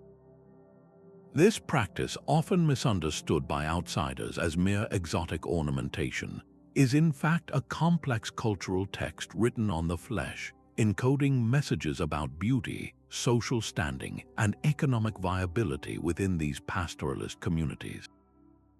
The journey begins around the age of 15 or 16, when a girl's mother or another female relative makes the initial incision in her lower lip using a sharpened thorn or metal implement. This first act of piercing is just the opening chapter in a long process of bodily transformation that will unfold over many months, sometimes years, as the small opening is gradually expanded through the insertion of progressively larger wooden plugs or clay discs. The physical experience of this transformation is one of considerable discomfort and dedication. Each new, slightly larger plate stretches the lip tissue further, creating a visible and tangible progression toward adulthood. To accommodate the largest plates, which can exceed 15 centimeters in diameter, roughly the size of a small dinner plate, the girl typically has her lower incisors removed, a further modification that facilitates the plate's placement and underscores the permanent nature of this commitment. This is not a process that can be easily reversed. It represents an investment in a specific cultural identity and a particular standard of beauty that values this dramatic alteration as the epitome of feminine attractiveness. The stretched lip itself, when not holding a plate, hangs in a distinctive loop that to community members signals maturity and status, while to outsiders might appear startling or even shocking. This divergence in perception highlights how deeply cultural our understanding of beauty remains, and how rites of passage often physically inscribe these values upon the body. Beyond aesthetics, the lip plate serves as a sophisticated social and economic document readable by those within the culture. The size of the plate a woman can comfortably wear communicates valuable information about her family's wealth and social standing, as the process of creating an increasing plate size requires resources and time that more prosperous families can better afford. Most significantly, the plate size directly correlates with the number of cattle that will be expected as bride price when she marries. In these cattle-based economies, where wealth is measured in livestock, a larger plate essentially announces a higher value in the marriage market, making the adornment both a personal statement and a public economic declaration. This transforms what might appear as purely symbolic body modification into a practical investment in one's future, linking personal beauty standards directly to family economics and social structure in a way that few other rites of passage accomplish so visibly. In recent decades, this ancient practice has found itself at the center of complex debates about cultural preservation versus modernization. As younger generations gain access to education and exposure to outside influences through technology and tourism, many are questioning whether they wish to undergo this painful process. Some see it as a painful relic of the past, while others view it as an essential celebration of cultural identity in the face of increasing globalization and pressure to assimilate to Western norms. The Ethiopian government has sent mixed messages, sometimes promoting the Omo Valley tribes as tourist attractions based on their distinctive appearance, while also implementing policies that encourage settlement and modernization. This has created a fascinating tension where the lip plate simultaneously functions as a symbol of cultural resistance and a potential commodity within the tourist economy, with some women choosing to wear their plates primarily for photographic opportunities rather than as daily adornments. What makes this practice particularly remarkable is how it challenges Western conceptions of autonomy and beauty. Where many modern societies increasingly reject painful beauty standards imposed on women, the Mercy and Sama traditions present a more complex picture. Within these communities, the ability to wear a large lip plate is often a source of genuine pride and social power rather than simple oppression. It represents a woman's strength, her family's status, and her participation in a cultural tradition that stretches back through countless generations. This is not to dismiss the real physical discomfort involved, but to acknowledge that meaning and value can transform physical suffering into cultural significance. The continuing practice, even as it evolves and adapts to new circumstances, stands as a powerful testament to the human capacity to find meaning and identity through the most dramatic of physical transformations, reminding us that the journey to adulthood takes as many forms as there are cultures to imagine them. Where the lip plate tradition of the Mercy and Sama peoples transforms the body to communicate social and economic standing, the sun dance of the Plains Native Americans seeks to transcend it entirely, offering a path to spiritual revelation through the most profound physical sacrifice. Among the Lakota, Cheyenne, Blackfoot, and other nations, this ceremony, known as Wanyong Wasapi, is not merely a test of endurance but a sacred vow, a prayer made manifest through the body for the benefit of the entire community. It represents the absolute pinnacle of spiritual commitment, a rite of passage where participants willingly offer their flesh in exchange for vision, healing, or guidance, emerging not just as adults but as individuals fundamentally reshaped by their encounter with the divine.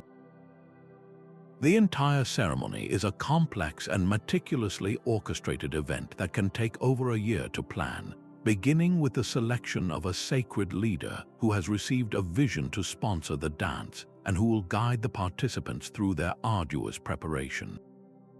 The spiritual and physical groundwork is laid long before the dancers gather. Those who have taken the vow, often to fulfill a promise made during a time of great personal or community need, begin purifying themselves through prayer, fasting, and sweat lodge ceremonies. This process cleanses the body and mind, aligning their intentions with the solemnity of the commitment they are about to undertake. The physical construction of the dance arena is itself a sacred ritual. A central cottonwood tree is carefully selected and ritually cut, then erected as the axis mundi, the sacred center of the world that connects the heavens, the earth, and the underworld. Offerings are tied to its branches, and a buffalo skull representing life and abundance is placed at its base. The entire community contributes to this preparation, weaving their collective prayers and hopes into the very fabric of the lodge that will house the dancers, reinforcing the core value that no spiritual journey is taken alone. When the ceremony commences, typically around the summer solstice when the sun's power is at its peak, the dancers enter a realm of extreme physical denial. For 3 to 4 days, they abstain from all food and water, dancing in a continuous rhythm while focusing their gaze upon the sun and the sacred tree at the center of the lodge. The air vibrates with a relentless heartbeat like pounding of drums and the powerful, unison voices of singers whose chants support the dancers' endurance. This combination of blazing sun, dehydration, and constant movement induces an altered state of consciousness, a trance-like condition where the boundaries between the physical and spiritual worlds grow thin. In this heightened state, the dancers seek Hanbulsaya to cry for a vision, offering their suffering as a prayer for their people's healing, for rain to end a drought, or for guidance in a time of crisis. The most intense form of this sacrifice is the piercing ritual, an act of ultimate devotion that few outside these traditions can fully comprehend. Those who choose this path have their chest or back skin pierced by a holy man who inserts wooden or bone skewers. These skewers are then attached by long ropes to the central tree, or, in some variations, to buffalo skulls that will be dragged across the ground.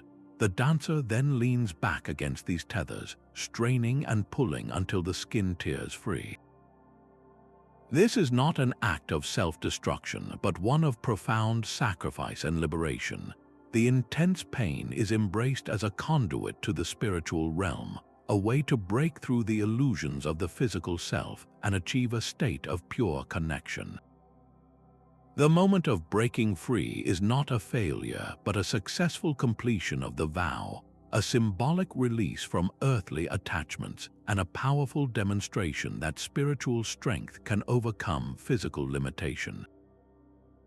Emerging from this crucible of pain and prayer, the participant is utterly transformed. They return to the community not just as individuals who have endured a great trial, but as people who have been fundamentally altered by their encounter with the sacred. The visions or insights gained during the dance provide a new life direction, a purpose, or a healing that benefits not only themselves but all their people. They are often given a new name reflecting their experience and assume roles as healers, leaders, or respected advisors. The Sun Dance, therefore, creates adults of the highest spiritual order, individuals who have proven through the most tangible means possible that their commitment to their community's well-being is absolute.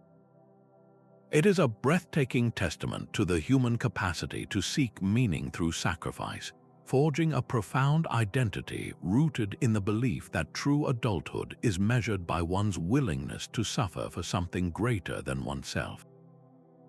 From the intense physical sacrifice and spiritual seeking of the Sun Dance, we journey into a realm where the transformation is intellectual, communal, and marked by the rustle of silk and the weight of a mortarboard. In modern societies across the globe, the university graduation ceremony has solidified its place as a dominant and nearly universal rite of passage, a powerful ritual that marks the transition from the structured world of education to the open horizons of professional adulthood.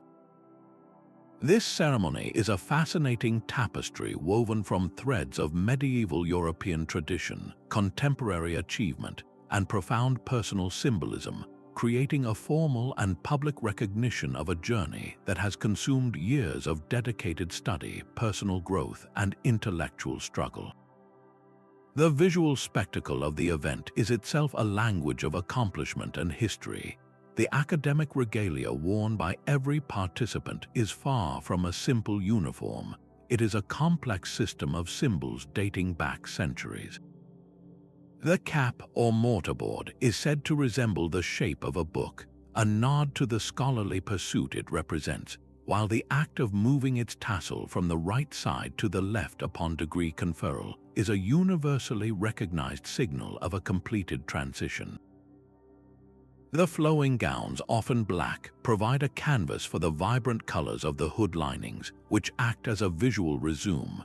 Each hue and pattern is meticulously coded to signify the graduate's specific field of study: deep blue for philosophy, golden yellow for science, crimson for theology, allowing anyone versed in this heraldry to instantly understand the wearer's academic tribe and expertise.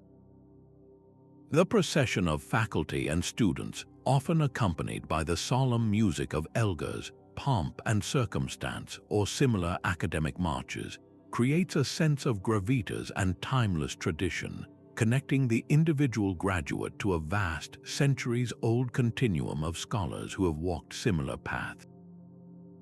Beyond the pageantry lies a deeply personal and emotional core. For the graduate, walking across that stage to receive a diploma is the culmination of a long and often arduous journey. It represents late-night studying, moments of self-doubt overcome, intellectual breakthroughs, and the forging of lifelong friendships. The handshake with the university president or dean is not just a formality. It is a physical seal of approval from the institution, a symbolic passing of the torch that validates their hard work and officially welcomes them into the world of educated professionals. For the families and friends packing the auditorium seats, the ceremony is a moment of immense pride and validation of their support, often involving significant financial and emotional investment. Their cheers and tears are an integral part of the ritual, reinforcing the social significance of the milestone and anchoring the individual's achievement within a web of communal relationships. This modern ritual powerfully demonstrates humanity's enduring need to mark major life transitions with formal ceremony, even as many ancient traditions fade. The graduation ceremony provides a clear, universally understood demarcation line between the identity of a student and that of an independent adult. It grants the graduate social permission to embark on the next set of life milestones, launching a career, achieving financial independence, and potentially starting a family.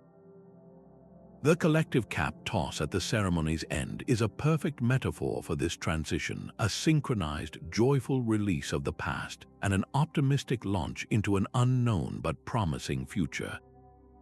This academic celebration, rooted in intellectual conquest, presents a striking contrast to the next ritual on our journey, which trades lecture halls for frozen seas and tests a very different kind of knowledge and courage.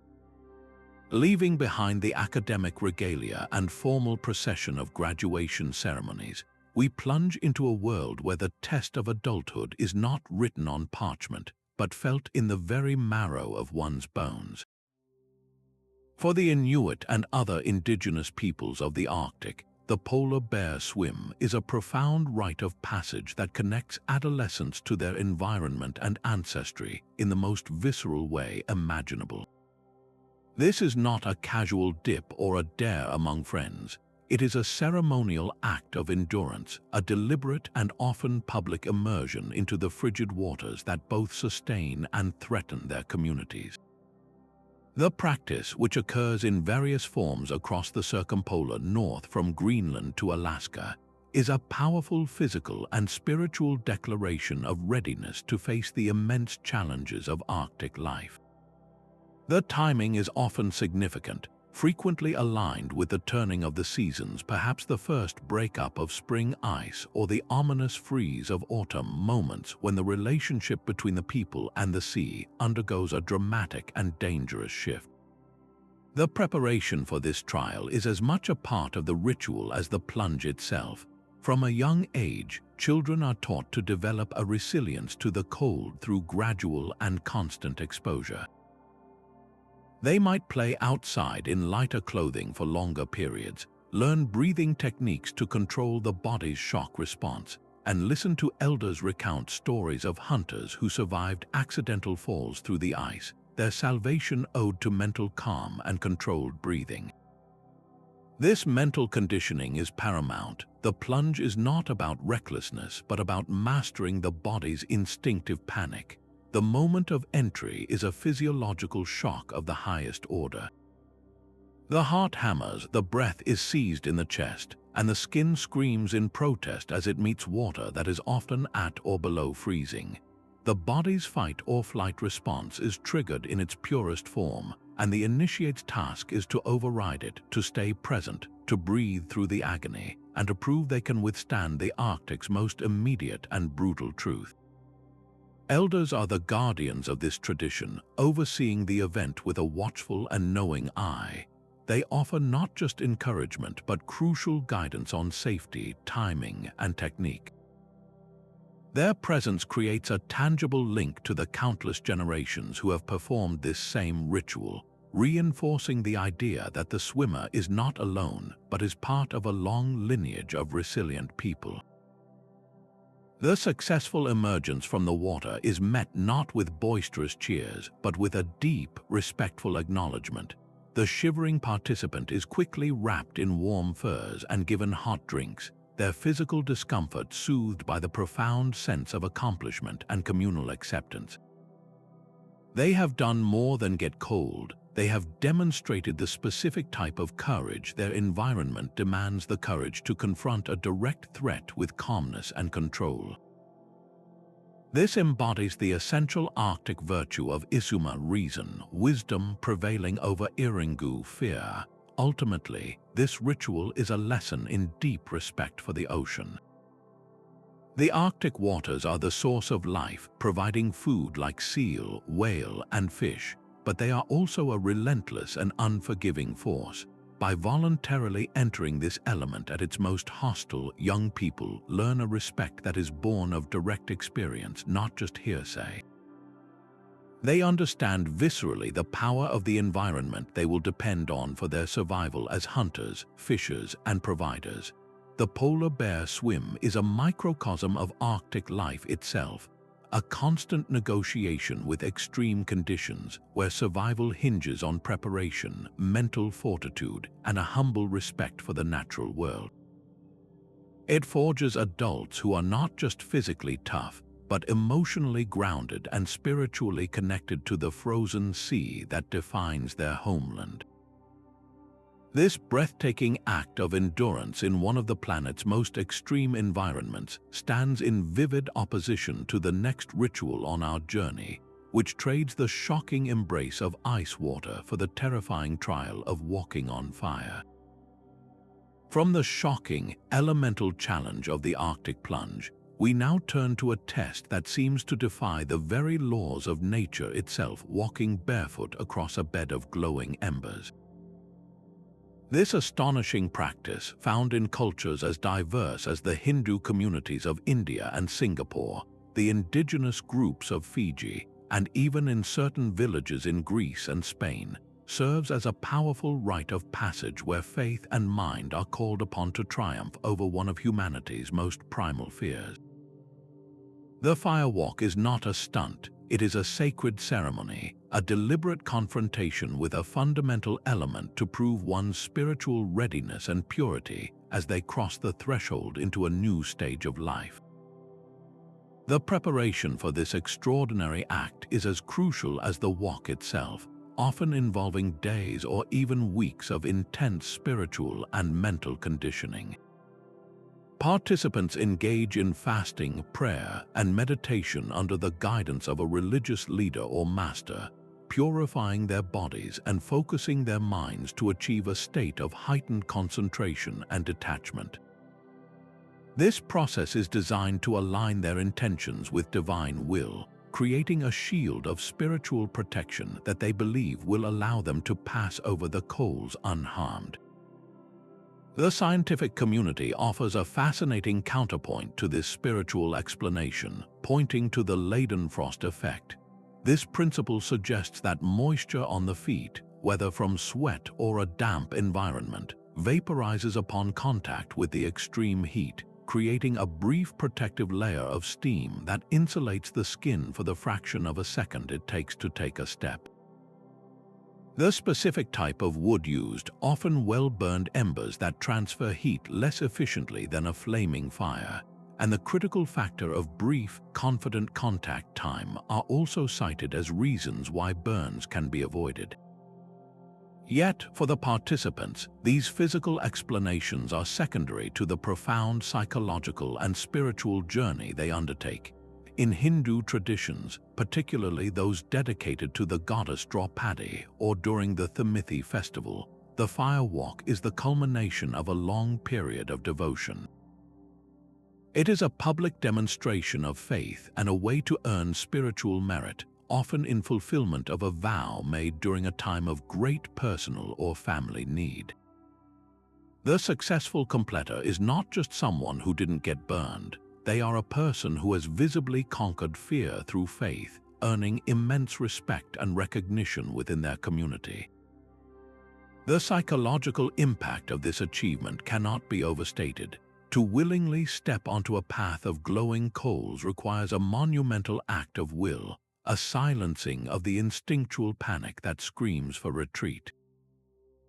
Overcoming this deep-seated fear creates a powerful cognitive shift, instilling a lasting confidence that if one can walk through fire, they can certainly face the other challenges of adult life with courage and conviction. This transformative experience becomes a core memory, a defining story that shapes their identity and reinforces their religious commitment for decades to come.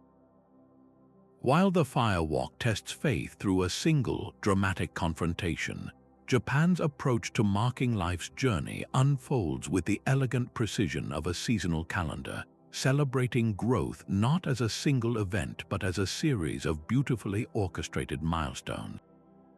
This cultural philosophy finds its most charming expression in Shichi-Go-San, which translates literally to 753. Far from a one-time graduation into adulthood, this November festival recognizes the vulnerable years of early childhood, offering prayers of gratitude for a child's survival and healthy growth at these specific, odd-numbered ages that are considered especially auspicious in Japanese numerology. The ritual is a vibrant tapestry of family, faith, and photography, creating cherished memories that anchor a child's identity within the continuum of family history and cultural tradition. The day begins with a transformation. Young children are dressed in exquisite traditional attire, often rented for the occasion due to the high cost. Little girls are adorned in colorful kimono, complete with tiny obi sashes and traditional footwear, while boys might wear hakama pants with haori jackets, their outfits mirroring the formal wear of adults in miniature perfection. The family then proceeds to a Shinto shrine, their bright clothing creating a vivid procession against the often subdued autumn landscape. At the shrine, the parents present their child to the kami, or spirits, formally expressing their gratitude for the child's life and praying for their continued health, happiness, and protection from harm. The presiding priest performs a purification ritual, waving a sacred paper streamer called a harai gushi over the children to cleanse them of impurities. The most anticipated moment for the children comes next, the receipt of Chitos aim, or thousand-year candy. This long, red and white candy is presented in a bag adorned with illustrations of cranes and turtles, ancient symbols of longevity and resilience in Japanese culture. The candy itself is a wish, a sweet hope that the child will live a long and prosperous life. The modern incarnation of Shichi-Go-San is inseparable from the ritual of the family photo. Studios and shrine grounds are filled with families meticulously documenting this day, creating professional portraits that will be treasured for generations. These photographs are more than mere snapshots. They are a cultural record, capturing a fleeting moment of childhood innocence and familial love, frozen in time with all the formal beauty of traditional dress. The entire event, from the careful selection of the outfit to the solemn prayers and the joyful eating of candy, reinforces the core Japanese values of family unity, respect for the divine, and an appreciation for the delicate, precious stages of life. It is a gentle and joyful rite of passage that celebrates simply making it through the early years, acknowledging that growing up is a process worthy of recognition at every step. This gentle celebration of childhood provides a stark and beautiful contrast to the grandeur and formality of Seijin Shiki, or Coming-of-Age Day. Held annually on the second Monday of January, this national holiday is a powerful and very public welcome into the world of adult responsibilities. It is aimed at all those who have turned 20 in the past year, the age at which Japanese law confers the full rights and responsibilities of adulthood, including the right to vote, smoke, and drink alcohol. For the participants, mostly university students or new entrants into the workforce, the day is a sartorial spectacle. Young women invest significant time and money into the perfect furisode, a style of kimono with long, flowing sleeves worn by unmarried women, accompanied by elaborate hairstyles, often featuring traditional ornaments called kanzashi. Young men typically opt for modern Western suits, though some may choose the more traditional male kimono with hakama. The ceremony itself is a formal municipal event. Local government offices host gatherings in public halls where new adults listen to speeches from mayors and other dignitaries, who offer congratulations and exhortations about their new civic duties. They receive small gifts and commemorative certificates, formally marking their changed legal status. Following the official ceremony, the day transforms into a social whirlwind. Participants meet with friends for photo sessions at studios and iconic local landmarks, celebrating their new status together before often attending parties with family. The day is a fascinating blend of the old and the new, where ancient sartorial traditions meet modern civic ritual. It serves as a powerful reminder to the participants that with their new privileges come serious obligations to society, reinforcing the Japanese ideal of the individual functioning harmoniously within the group. Together, Shichi-Go-San and Seijin Shiki create a remarkable framework for understanding the life cycle, celebrating both the vulnerable innocence of childhood and the dignified responsibility of adulthood within a culture that values continuity, harmony, and the graceful passage of time. While individual rites of passage mark personal transformation, some cultures structure the entire journey of life around a collective clock, synchronizing the fates of entire generations. Among the pastoralist societies of East Africa, like the Karamojong of Uganda and the Samburu of Kenya, the age-set system is the very backbone of social organization, a brilliant cultural invention that binds men together in a lifelong brotherhood tied to specific roles and responsibilities. This isn't a solo journey into adulthood. It's a cohort-based progression where everyone born within a designated period, often spanning 4 to 7 years, moves through life stages in lockstep. From the moment a boy is born, his path is already mapped out alongside his age mates, creating a powerful shared identity that will supersede family ties and last until his final days. The system begins with a formal initiation that solidifies this bond, most commonly through the ritual of circumcision. This is not a private medical procedure, but a public, communal event that marks the official end of boyhood. The young men undergo the operation together, and their ability to endure the pain without flinching is their first collective test of courage, a public demonstration of the stoicism required for their future roles. Successfully completing this ordeal baptizes them into a new identity as junior warriors or Morans. They then leave their family homes to live together in a separate maniata, a warrior village. This physical separation is crucial. It severs their childhood dependencies and forges an intense loyalty to their age-set brothers, with whom they will live, train, and serve for the next decade or more. Their primary duty is the protection of the community's most vital asset, its livestock. They spend these years mastering the skills of the warrior, tracking, combat, and the strategic movement of herds across often arid and challenging terrain. After a period of service, the cohort undergoes another ceremony to transition to senior warrior status. This might involve further rituals, like the adumu or jumping dance among the Maasai, a related group, further honing their strength and agility.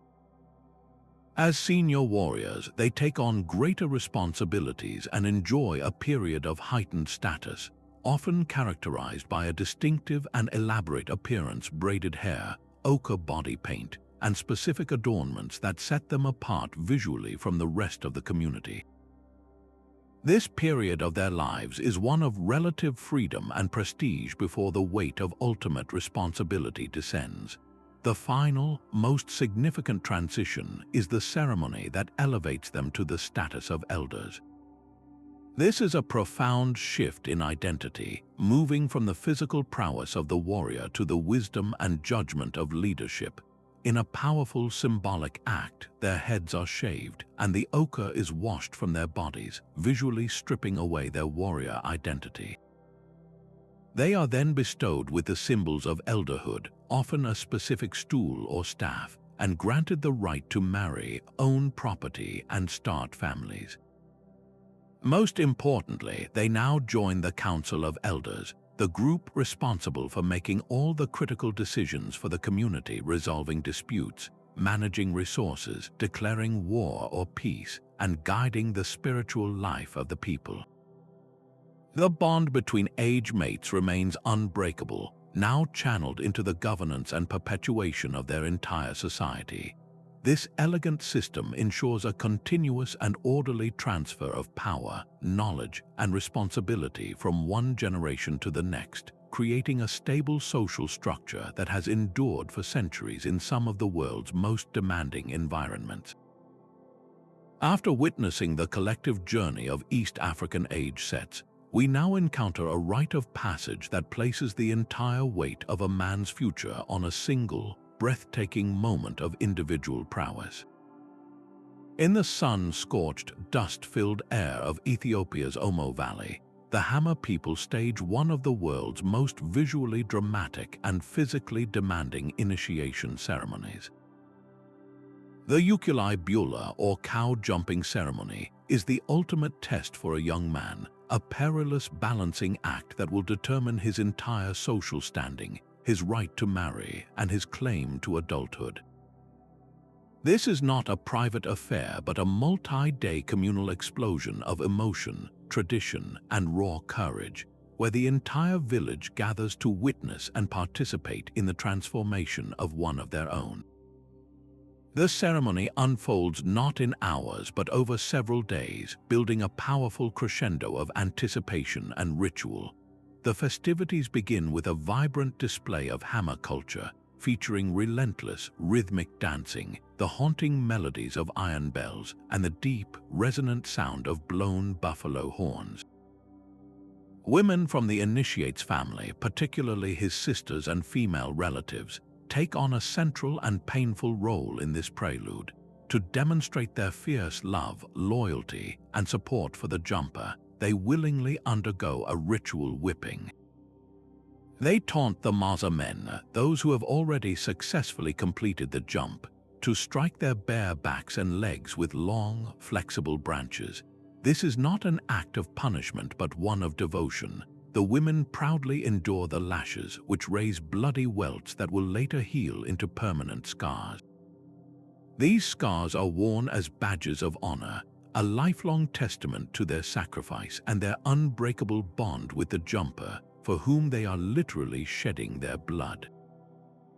This intense display underscores the profound interdependence within Hamar society, where an individual's success is inextricably linked to the support and suffering of their kin.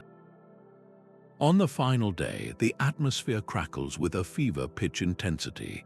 The cattle, the very foundation of Hamar wealth and identity, are brought forth. Between 10 and 30 castrated bulls are smeared with dung for traction, and then held tightly together in a straight, rigid line by the Maasai men, forming a living, shifting bridge of horns and backs. The initiate, having been ritually purified and stripped of all clothing except for a few ceremonial cords, stands poised before this daunting challenge. His body is anointed with sand and he is given a ritual blessing. There is no safety net, no second chance. He must take a running start, leap onto the back of the first bull, and then, with flawless balance and unwavering speed, run across the entire line of slippery, moving bovine backs. He must complete this treacherous crossing 4 times without falling. A single misstep, a moment of hesitation, or a loss of balance will see him tumbling into the dust below, an outcome that brings not only personal shame but also dishonor to his family, forcing him to wait months or even years for another chance to prove his worth. The successful completion of this incredible feat is met with an explosion of joy and relief.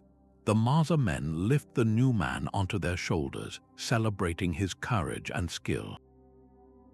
He has now earned the coveted status of a Maasai himself, a recognized adult with the right to marry, own cattle, and start a family.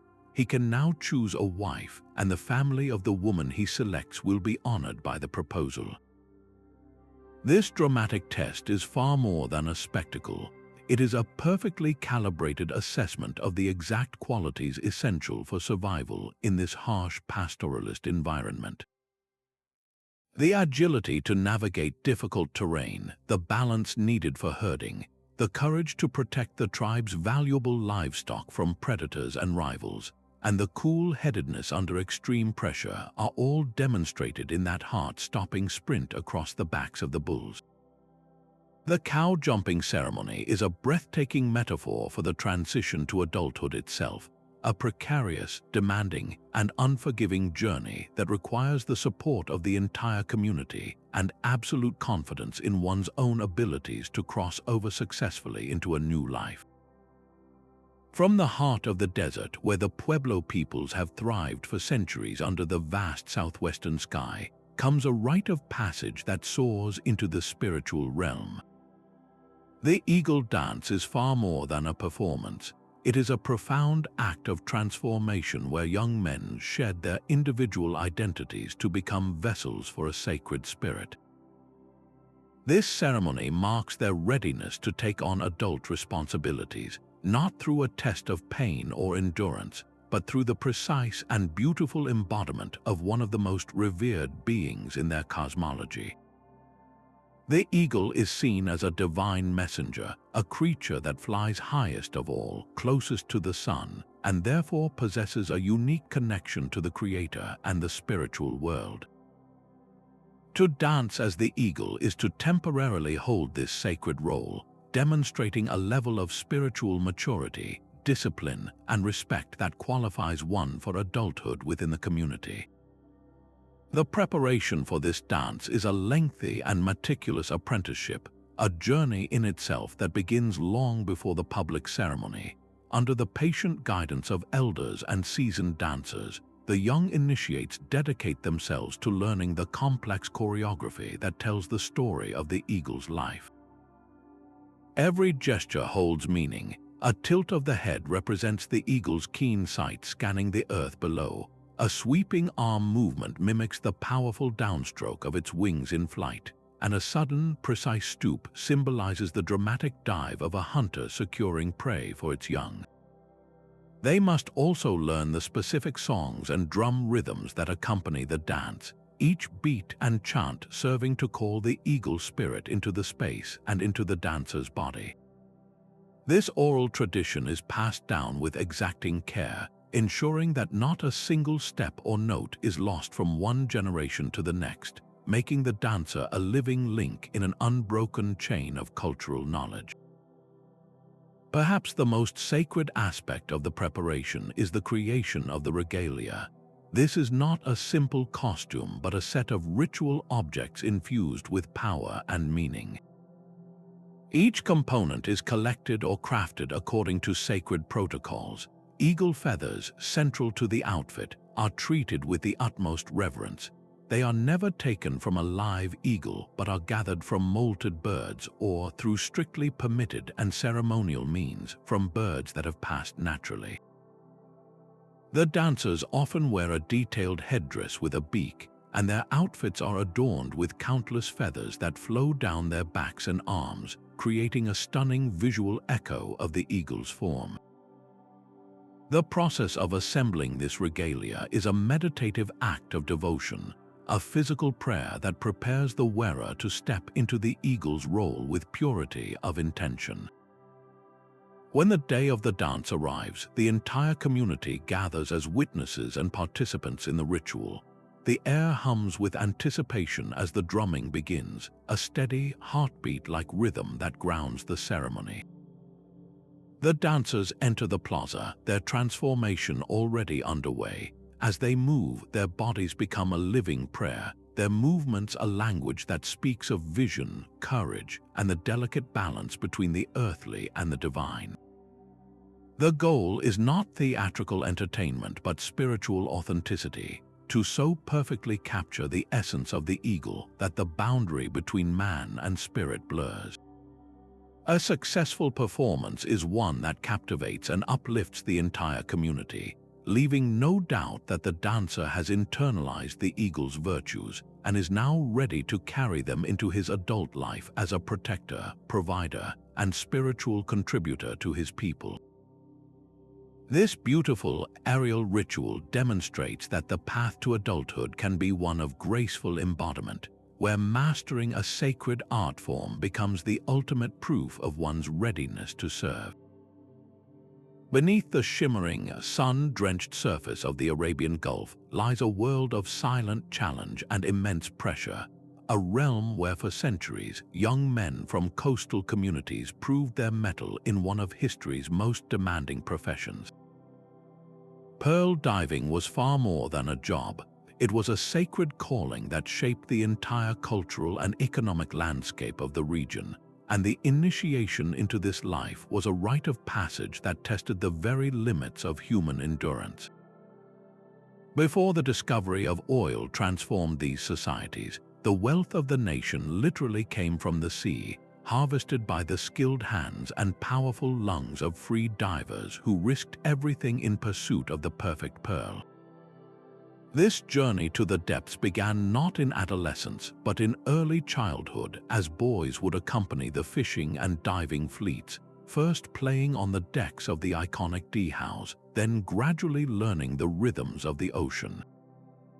They started by diving in shallow waters, holding their breath for mere moments as they retrieved small objects from the seabed, their young bodies slowly adapting to the unique sensations of pressure and the burning need for air. Under the watchful eyes of their fathers and uncles, who were often veteran divers themselves, they learned the critical skills: how to pinch their nose to equalize the pressure in their ears, how to conserve oxygen by moving with efficient, fluid motions, and how to listen to their body's warning signs. This knowledge was passed down not through textbooks, but through lived experience and oral tradition, a precious inheritance of survival techniques honed over generations. The training intensified as the boys grew older and stronger.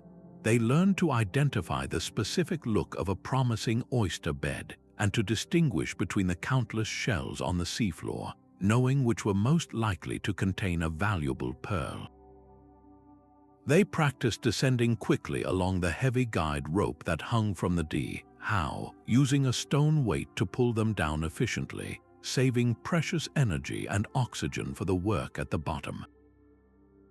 The dangers were ever present and taught with grim seriousness. The crippling agony of decompression sickness, known as the bends, which could strike if they ascended too quickly, the ever-present threat of shark attacks or venomous sea creatures in the murky depths, and the most insidious danger of all, shallow water blackout, which could cause a diver to lose consciousness mere feet surface and drown without a sound. This comprehensive education encompassed more than just diving. They learned to read the weather patterns of the Gulf, to understand the lunar cycles that affected the tides and currents, and to navigate the open water using the stars, skills that were essential for the long and dangerous diving seasons that could last for months. The culmination of this years-long apprenticeship was a final, ceremonial dive that served as a public examination of their courage and competence. The entire community would gather on the main D-House or on the shore to witness the event. The initiate, now a young man, would prepare himself mentally and physically, often with prayers for safety and success. His task was clear: to free dive to a predetermined depth, often marked by the elders, and retrieve a specific item, sometimes a particularly challenging oyster, other times a stone placed there for the purpose. As he took his final deep breaths and plunged into the water, a tense silence would fall over the spectators. All eyes were fixed on the point where he disappeared beneath the waves, tracking the passage of time with growing anxiety. A minute would pass, then another. The success of the dive, and indeed his survival, depended on the skills he had spent his whole youth acquiring. When he finally broke the surface, gasping for air but clutching the token from the depths, the celebration began immediately. He was hauled aboard, surrounded by cheering men, and celebrated as a full-fledged Gawaz, a pearl diver. This achievement meant more than just a new job. It was the key to his social standing, his economic viability, and his identity as a man capable of providing for a family through sheer skill and bravery.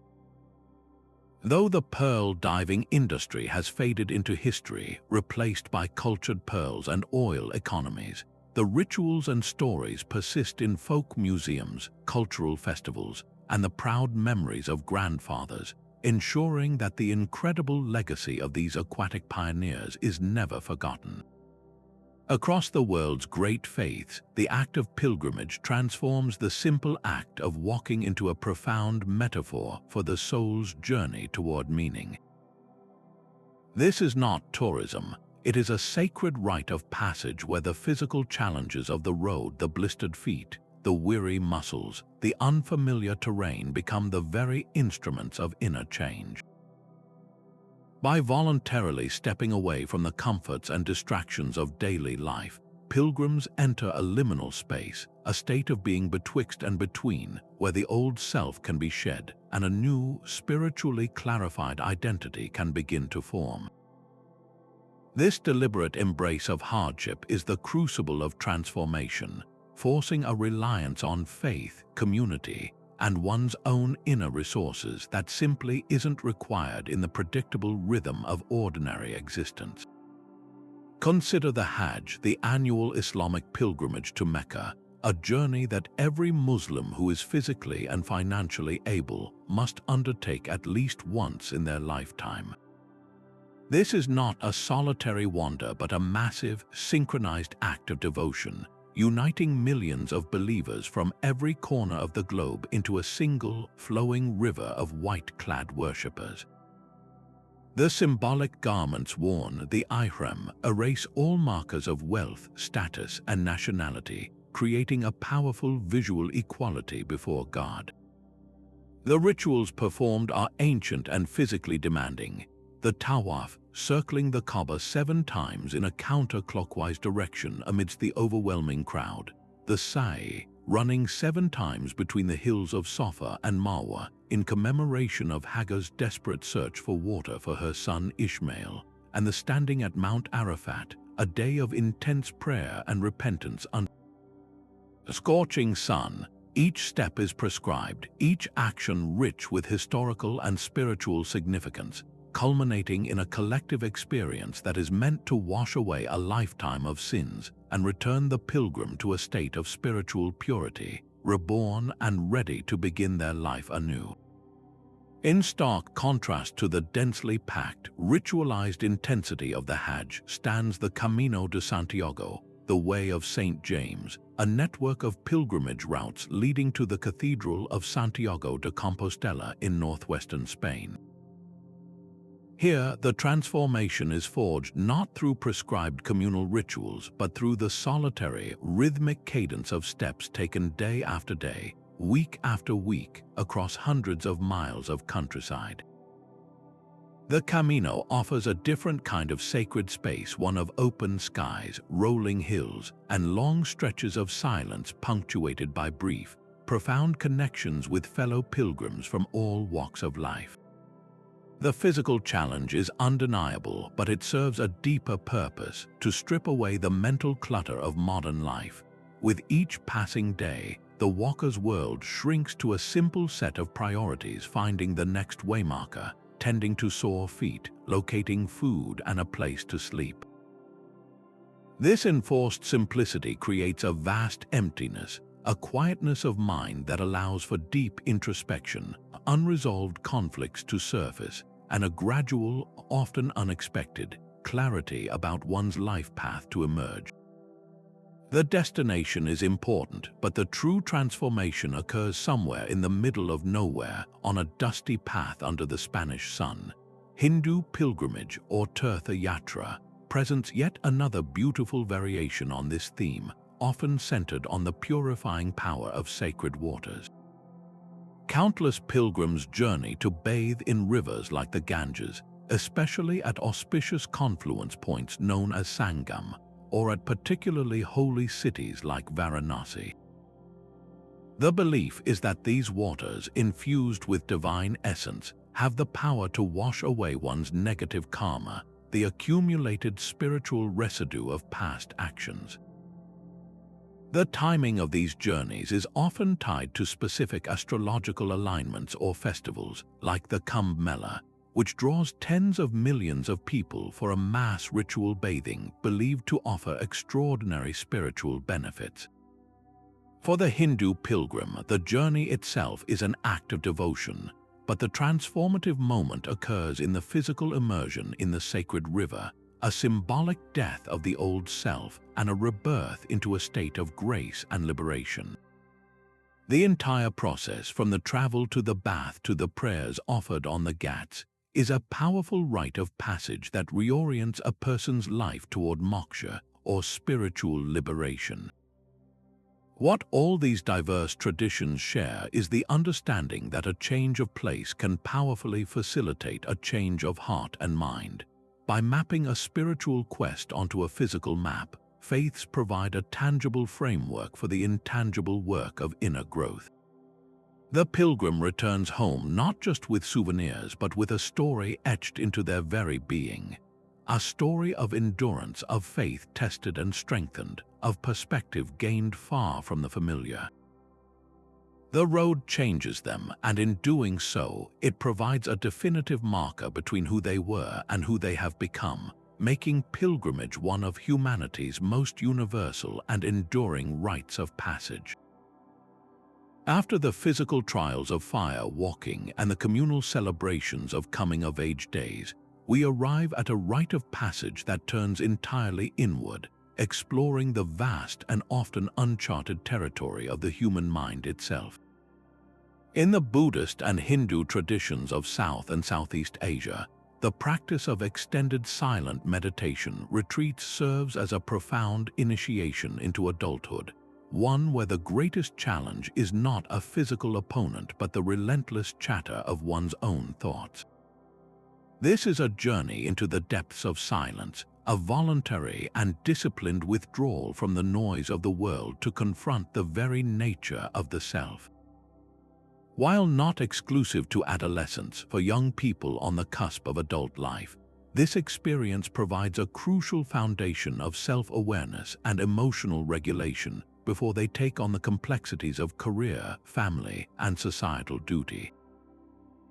It is the ultimate psychological and spiritual boot camp, forging resilience not through external hardship, but through the intense, unflinching observation of the internal landscape.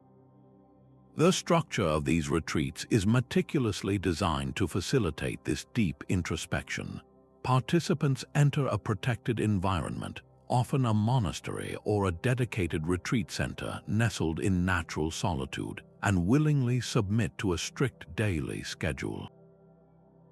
Every hour is accounted for, from the pre-dawn wake-up bell to the final evening meditation, creating a container of discipline that frees the mind from making trivial decisions. The core rule is mana, or noble silence. This extends far beyond not speaking. It involves abstaining from all forms of communication, including eye contact, gestures, reading, writing, and even the modern temptation of smartphones. This comprehensive sensory and social deprivation is not a punishment but a gift, forcibly unplugging the individual from the constant external stimulation that normally prevents them from hearing the subtler movements of their own consciousness.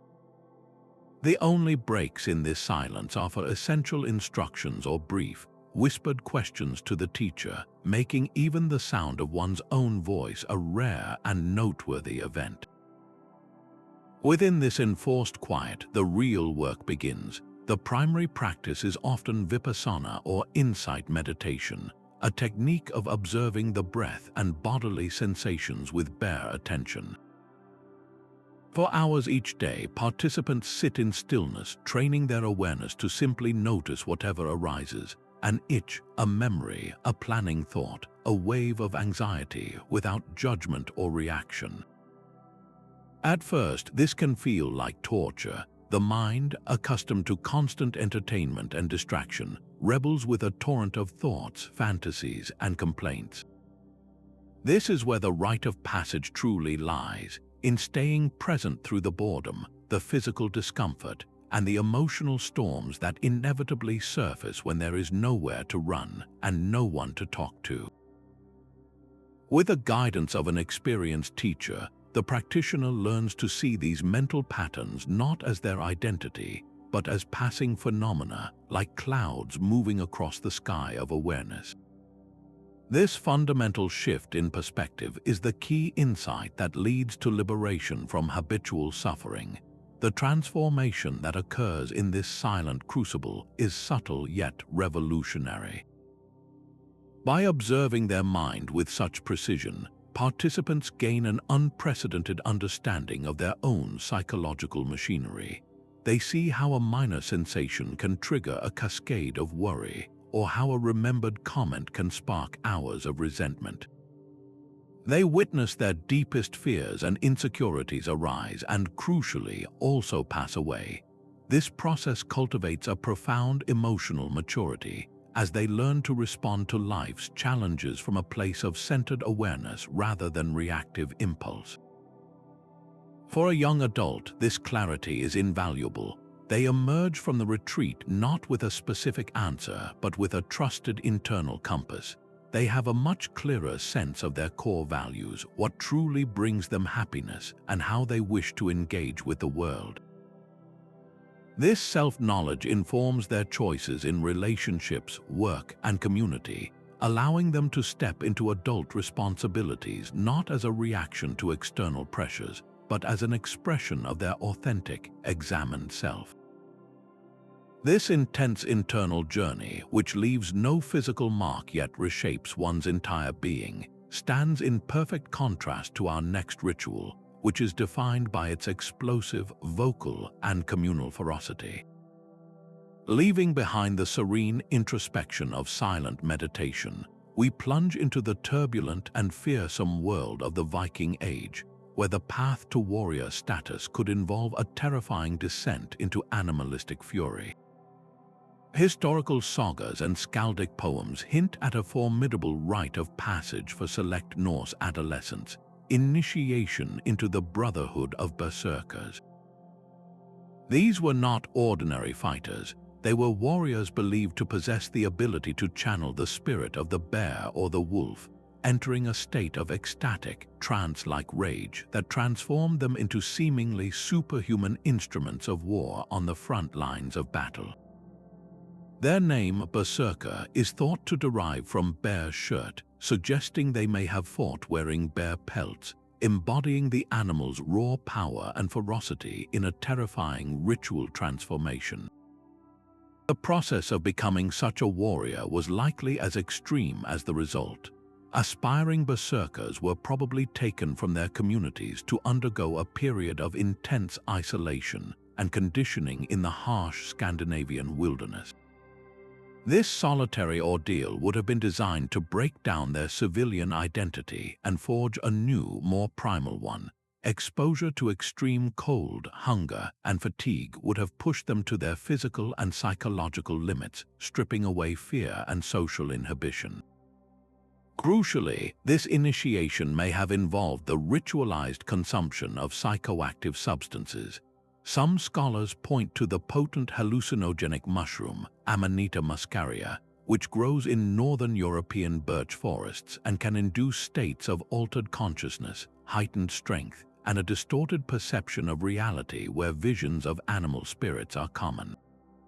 Whether through pharmacology, psychological conditioning, or a potent combination of both, the goal was to teach the initiate how to willingly cross the threshold into this sacred madness.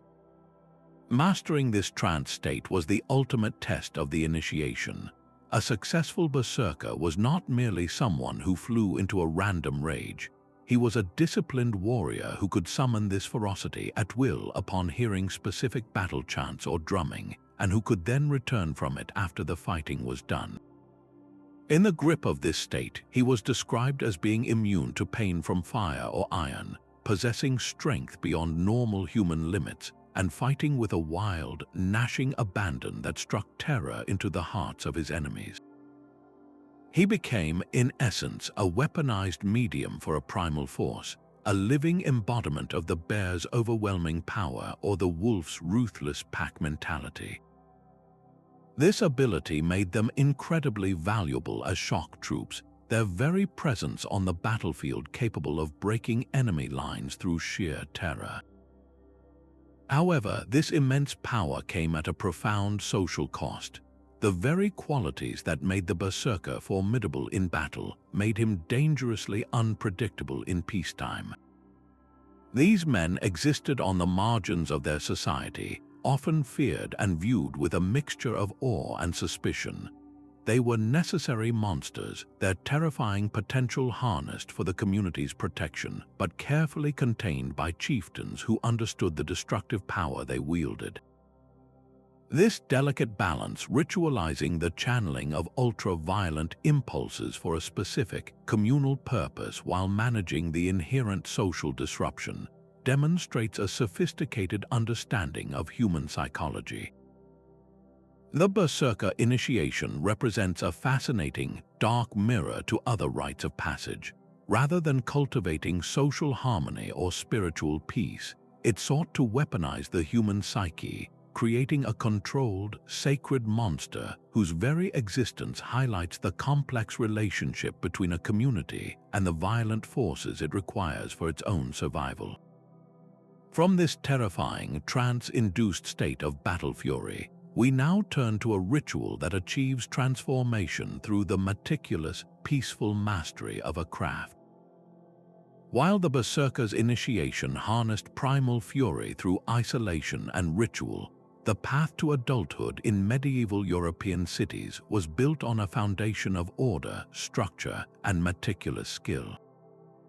The apprentice ceremonies of the medieval guilds transformed the raw potential of youth into the refined expertise of a master craftsman through a years-long journey that was as much about moral formation as it was about technical proficiency.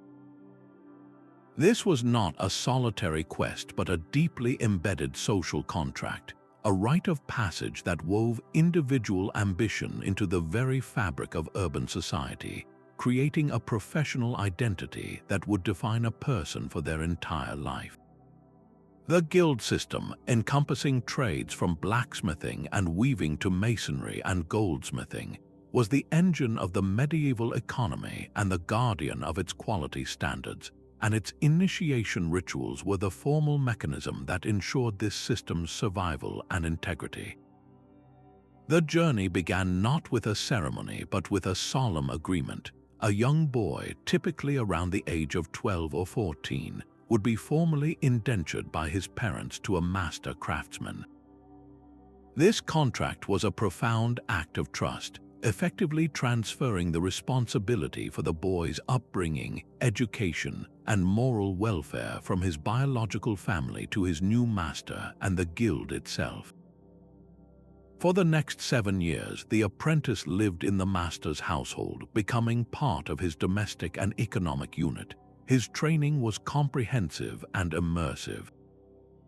He started with the most menial tasks, sweeping the workshop, stoking the forge, preparing materials. But these chores were not meaningless labor. They were the first lessons in the rhythm and respect of the craft. Gradually, under the master's watchful eye, he would be entrusted with more complex techniques, learning to handle tools, understand materials, and replicate the precise methods that were the guild's guarded secrets. This education was oral and tactile, passed down through demonstration and practice, ensuring that the mystery of the craft, the specialized knowledge that gave the guild its power and prestige, remained within its controlled membership. The culmination of this long tutelage was the initiation ceremony, a formal and often lavish event that marked the apprentice's transition to the status of journeyman. This was a moment of immense gravity and celebration for the entire guild community. The candidate would be presented before the assembled masters and senior journeymen, often in the guild's hall, a space adorned with the symbols and finished products of their trade. The heart of the ceremony was the swearing of a sacred oath. the young man would place his hand on a Bible or the guild's charter and vow to uphold the statutes of the guild, to protect its secrets, to maintain its standards of quality and fair pricing, and to show loyalty to his fellow members. This oath was a binding spiritual and legal commitment, violation of which could result in heavy fines, expulsion, or even exile from the city. Following the oath came the powerful symbolic act of tool presentation. The new journeyman would receive his own set of professional tools from the master or the guild warden. These were not merely implements for work, they were the emblems of his hard-won identity. For a carpenter, it might be a specially engraved set of chisels; for a tailor, a set of shears and measuring rods. These tools represented his right to now practice the trade independently, and for wages the literal meaning of journeyman being someone who could work for a journey or day's wage. In some guilds, the initiation also included a masterpiece requirement, where the candidate had to produce a piece of work that demonstrated his technical skill and artistic sensibility to the satisfaction of the guild masters, who would then vote on his acceptance. Achieving journeyman status was a passport to a new life of freedom and opportunity. It granted the right to travel, the wanderjar journeying from city to city to work for different masters, learn regional variations of his craft, and broaden his experience before potentially settling down to open his own workshop. This system ensured the cross-pollination of ideas and techniques across Europe while reinforcing a universal standard of excellence. The guild initiation, therefore, did more than create a skilled worker; it forged a citizen. It instilled values of quality, honesty, and community responsibility, structuring a man's entire adult life around the pride of his craft and his role within the urban social order. From this world of tangible craftsmanship and sworn oaths, we now turn to a rite of passage where the tools are drums and the oath is written in rhythm, creating not a craftsman but a musical custodian of an entire culture's memory. In the vibrant heart of West Africa, where music is not merely entertainment but the very pulse of life itself, the journey to become a drummer is a sacred calling that weaves together rhythm, history, and spirit into a single, powerful identity. Among the Yoruba, Mandinka, and other ethnic groups, a young person chosen for this path undergoes a transformation that transcends musical training, entering a realm where every beat tells a story and every rhythm holds a prayer. This initiation is a profound rite of passage designed to create not just a performer, but a cultural linguist, a historian, and a spiritual mediator, all through the mastery of the drum. The education begins almost as soon as a child can sit upright, immersed in an oral world where complex polyrhythms are as natural as spoken language. Under the watchful eye of a master drummer, often a family elder, the apprentice starts by simply listening, absorbing the foundational patterns that underpin everything from harvest celebrations to funerary rites. Their first hands-on experiences are with simple instruments, learning to feel the vibration of the skin and the precise rebound of the stick, developing the muscle memory that will later allow them to speak through the drum without conscious thought. This gradual, respectful approach ensures that technical proficiency is built on a bedrock of deep cultural understanding, preventing the rhythms from ever becoming empty notes divorced from their profound meaning. As the apprentice matures, so does the complexity of their lessons. They learn that specific drums, like the Yoruba talking drum or the djembe, are not inanimate objects but vessels for communication, each with its own voice and personality. The master teacher reveals the historical narratives encoded within the rhythm songs that recount the deeds of great kings, the migrations of peoples, or the victories in ancient battles. They are taught the social protocols, which rhythms are appropriate for a wedding and which are reserved for a chief's coronation, which patterns can be played freely and which are so sacred they can only be performed by initiated members of certain families. This knowledge is the drummer's library, an oral encyclopedia they are tasked with protecting and transmitting to the next generation. The culmination of this decades-long apprenticeship is a formal initiation ceremony that is both a recital and an ordination. Before the assembled community and a council of master drummers, the candidate must demonstrate flawless technical command over a vast repertoire of rhythms. But the true test is far more nuanced. They must prove their understanding of context, selecting the appropriate rhythm for a given scenario called out by the elders. The most spiritually significant part of the ritual often involves ceremonies to connect the new drummer to the Orisha or ancestral spirit associated with their specific drum. For a Yoruba drummer of the bata drums used in Santeria, this might involve rituals inviting the spirit of the deity Iron, the patron of drumming, to reside within the instrument and guide the drummer's hands. Upon successful initiation, the individual sheds their status as a student and emerges as a fully recognized custodian of tradition.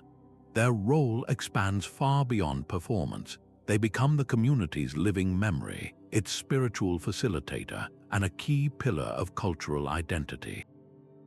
During rituals, their rhythms are believed to open the channels between the human and spiritual worlds, inviting the Orishas to descend and participate in the community's life.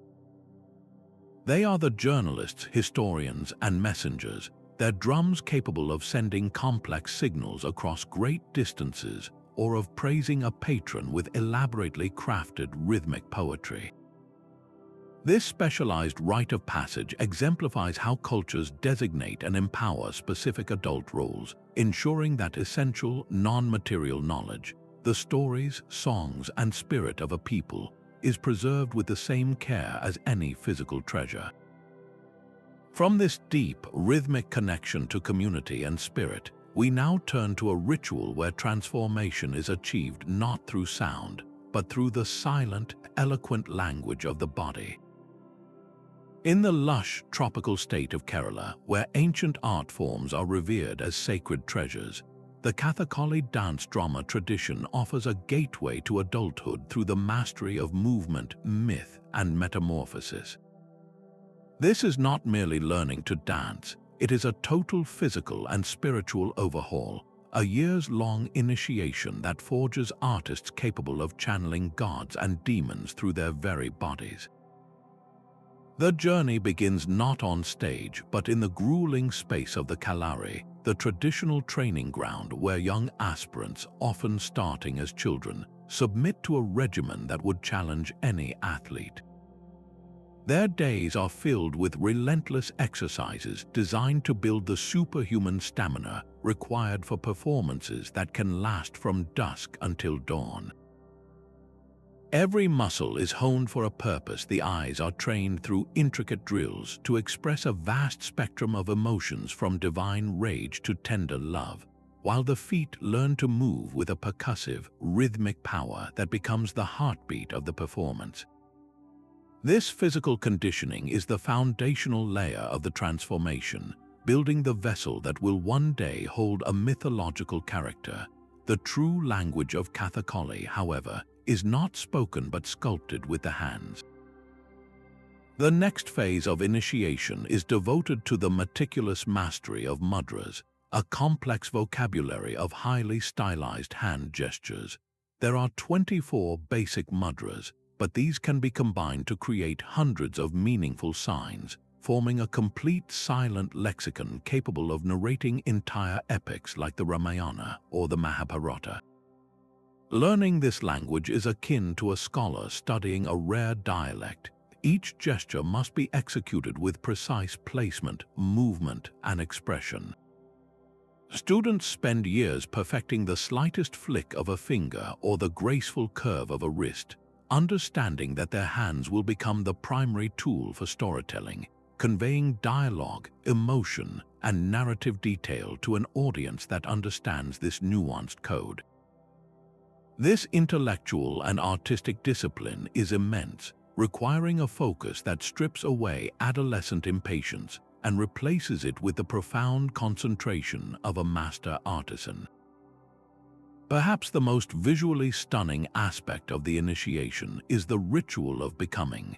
Before a performance, the artist enters a sacred space of preparation that can take over 3 hours. This is where the ordinary self is completely erased. Using a palette of natural colors ground from stones and minerals, the makeup artist, often a guru himself, paints the performer's face into a symbolic mask. The colors are not arbitrary, they are a cosmic code. A vibrant green patch of face signifies nobility, divinity, and virtuous characters like Lord Krishna or Prince Nala. A red beard against a green base, Kati, marks a proud but antagonistic character with a dangerous streak. The blackness of Kari is reserved for demonesses and forest hunters, while the whitish, spiritual Minaku face represents women, sages, and gentle souls. This intricate application is a meditation, a slow and deliberate process of shedding one's own identity to fully inhabit another. The final layer is the magnificent costume billowing skirts, elaborate headdresses, and protruding breastplates that complete the transformation from man to myth. The first full public performance is the true rite of passage, the moment years of sacrifice culminate in a spiritual and artistic unveiling. But before stepping into the light of the oil lamps, the performer engages in deep meditation and purification rituals. He ceases to be a student and prepares to become a conduit, offering prayers to his character and to the gods, seeking their blessing to authentically channel their essence. The performance itself is a sacred offering. As the drums and cymbals swell and the singer chants the ancient verses, the dancer's body becomes a vehicle for the divine. His meticulously trained eyes roll and focus with hypnotic power. His mudras weave intricate stories in the air, and his stomping feet charge the space with energy. He is no longer himself, he is the god, the demon, the hero, the king. The audience does not merely watch a play, they witness a possessed ritual, a darshan, a sacred sighting of the divine. Success in this debut is the final seal of approval, marking the transition from apprentice to a recognized artist, a true Kathakali performer who has earned the right to carry forward one of the world's most magnificent dramatic traditions. This complete surrender of self to embody another represents one of the most profound and visually spectacular journeys to adulthood. In stark contrast to the very public and theatrical transformation of the Kathakali dancer, numerous cultures around the world mark a girl's first menstruation with a period of intentional withdrawal, creating a sacred and private container for one of life's most significant biological transitions. From the kivas of certain Native American tribes to the special huts in various African and Pacific Island communities, this practice of menstrual seclusion transforms a natural bodily function into a powerful rite of passage. Far from a punishment or a sign of impurity, this time apart is revered as a period of immense spiritual potency and intensive learning, where a girl is prepared by the women of her community to step into her full power and responsibility as a woman. The moment a girl's first bleeding begins, she enters a state that is often viewed as spiritually charged and vulnerable. She is gently ushered away from her daily routines and into a designated space of seclusion. This might be a separate hut, a secluded corner of the family home, or a special structure used only for this purpose. The duration of this retreat varies widely, from a few days to several weeks or even months, depending on the specific cultural traditions. This physical separation from the broader community, and particularly from men and boys, is not about exclusion but about protection and focus. It creates a bubble in time, free from the distractions of ordinary life, where the initiate's entire attention can be directed inward toward her changing body and outward toward the wisdom being offered by her elders.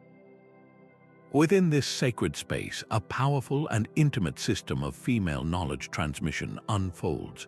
The young woman is surrounded by her female relatives, mothers, grandmothers, aunts, and older sisters, as well as other respected women from the community.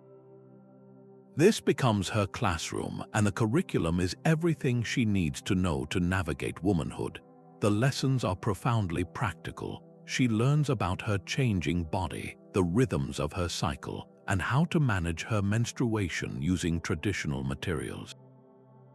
She is instructed on hygiene, nutrition, and the importance of rest during this time, but the education delves far deeper. Through storytelling, the elders impart the sacred myths and origin stories of their people, teaching her about the spiritual significance of her creative power and her connection to the moon, the earth, and the cycles of nature. She learns about her future roles as a wife, a mother, and a keeper of cultural traditions. This is also a time for acquiring practical skills. She might be taught weaving, pottery, cooking special foods, or other crafts that are the domain of women in her society. This immersive, intergenerational exchange does more than just convey information. It forges an unbreakable bond between the women, creating a deep sense of solidarity and shared identity. The culmination of this formative period is a celebratory reemergence, a powerful symbolic rebirth into the community with a new status. The transition back is marked by rituals of purification and beautification. She is often ritually bathed with herbs and scented waters, washing away the old identity of a girl and symbolizing her spiritual cleansing. She is then dressed in new clothing or special adornments that signify her new status as a marriageable woman. This public presentation is a community-wide event, often involving feasting, singing, and dancing. It is the community's formal acknowledgement and celebration of her transformation. She is no longer seen as a child. She is now welcomed as a woman, ready to contribute to her society in new and meaningful ways and to take on the responsibilities that come with her creative power. This elegant ritual demonstrates a profound cultural understanding of a biological process, framing it not as a monthly inconvenience but as a sacred, cyclical source of strength and a foundational pillar of female identity and community continuity. Deep within the rugged highlands and dense rainforests of Papua New Guinea, a profound and often severe transformation unfolds, one that deliberately severs the deepest of human bonds to forge a new kind of man. Among the Sambia, Baruya, and other cultural groups, the journey from boyhood is not a gentle transition but a forceful extraction, an initiation process designed to systematically purge all traces of maternal influence and construct a purely masculine identity from the ground up.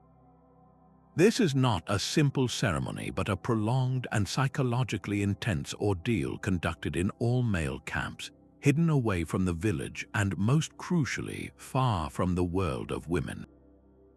The core belief underpinning these rituals is that boys are fundamentally contaminated by their prolonged proximity to their mothers, from whose bodies they were born and by whom they were raised. This feminine influence is seen as a spiritual and physical pollutant that weakens them, stunting their growth into strong, fierce warriors capable of protecting the tribe. The entire initiation process, therefore, is a form of ritual purification and reprogramming, a cultural surgery meant to cut away the softness of childhood and instill the hardened virtues deemed essential for adult male life. The initiation begins abruptly with a traumatic and violent separation. Without warning, armed senior warriors will storm into the village, often at dawn, shouting and brandishing weapons.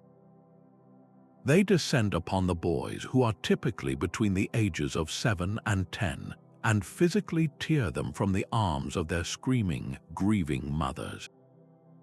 This dramatic abduction is designed to be a shocking rupture, a clear and brutal demarcation between the safe, domestic world of childhood and the harsh, demanding world of men. The boys are forbidden from any further contact with their mothers and all female relatives, a prohibition that can last for years and sometimes extends even to the sight of women preparing food.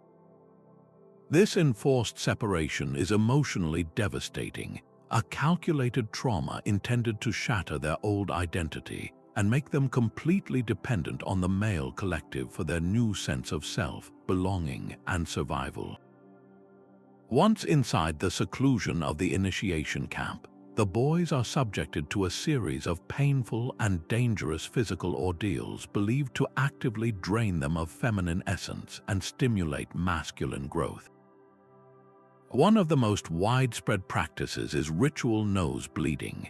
In various forms, sharp blades of grass or sticks are inserted deep into the nostrils to induce heavy, prolonged bleeding, symbolizing the expulsion of the mother's polluting blood that they ingested during birth and breastfeeding. Another harrowing practice is cane swallowing, where initiates are forced to swallow long, dry canes until they gag and vomit, a process repeated to supposedly cleanse their bodies of any residual female contamination. Other rituals involve intense flagellation, burning, and cutting of the skin to test their endurance and build a tolerance to pain. These trials are not punishments but sacred technologies of transformation, supervised by elders who view the boys' stoic endurance as visible proof that the rituals are working, purging weakness and building a body and spirit fit for warfare and hunting. Alongside these physical trials runs a parallel process of intense indoctrination and knowledge transfer. The boys are taught that the stories they heard as children are lies, and they are now entrusted with the tribe's secret, sacred truths. Elders reveal the genuine cosmological myths that explain the world, along with the sacred flutes, which are said to hold the true source of male power, and which women are forbidden to ever see on pain of death. They are drilled in practical survival skills, combat techniques, and the complex social codes of manhood. A central part of this teaching involves the ingestion of semen by younger initiates from older youths or young men. In the belief system of tribes like the Sambia, masculinity is not a natural state that unfolds on its own, but a condition that must be actively cultivated and physically implanted. Semen is seen as the vital life force that fuels male growth, strength, and courage. This practice, which continues for years, is considered the essential catalyst for puberty and the development of adult male characteristics, completing the symbolic and biological transition away from the feminine world. The conclusion of this long initiation period is marked by a ceremonial return to the community, but the boys who left are not the men who return. They are often given new names to reflect their adult status and their altered relationship with everyone, especially their mothers. The bond with their mother is permanently reconfigured. They may no longer eat food she has cooked or speak to her with the same familiarity, their relationship now governed by strict rules of respect and distance. They are reintroduced to the village as newly minted men, warriors in training, and eligible bachelors, ready to eventually marry and produce children of their own, thus continuing the cycle. These intense and, to outsiders, extreme rituals powerfully demonstrate that concepts of masculinity and femininity are not inherent or biological givens, but are powerfully constructed and enforced through culturally specific rites of passage.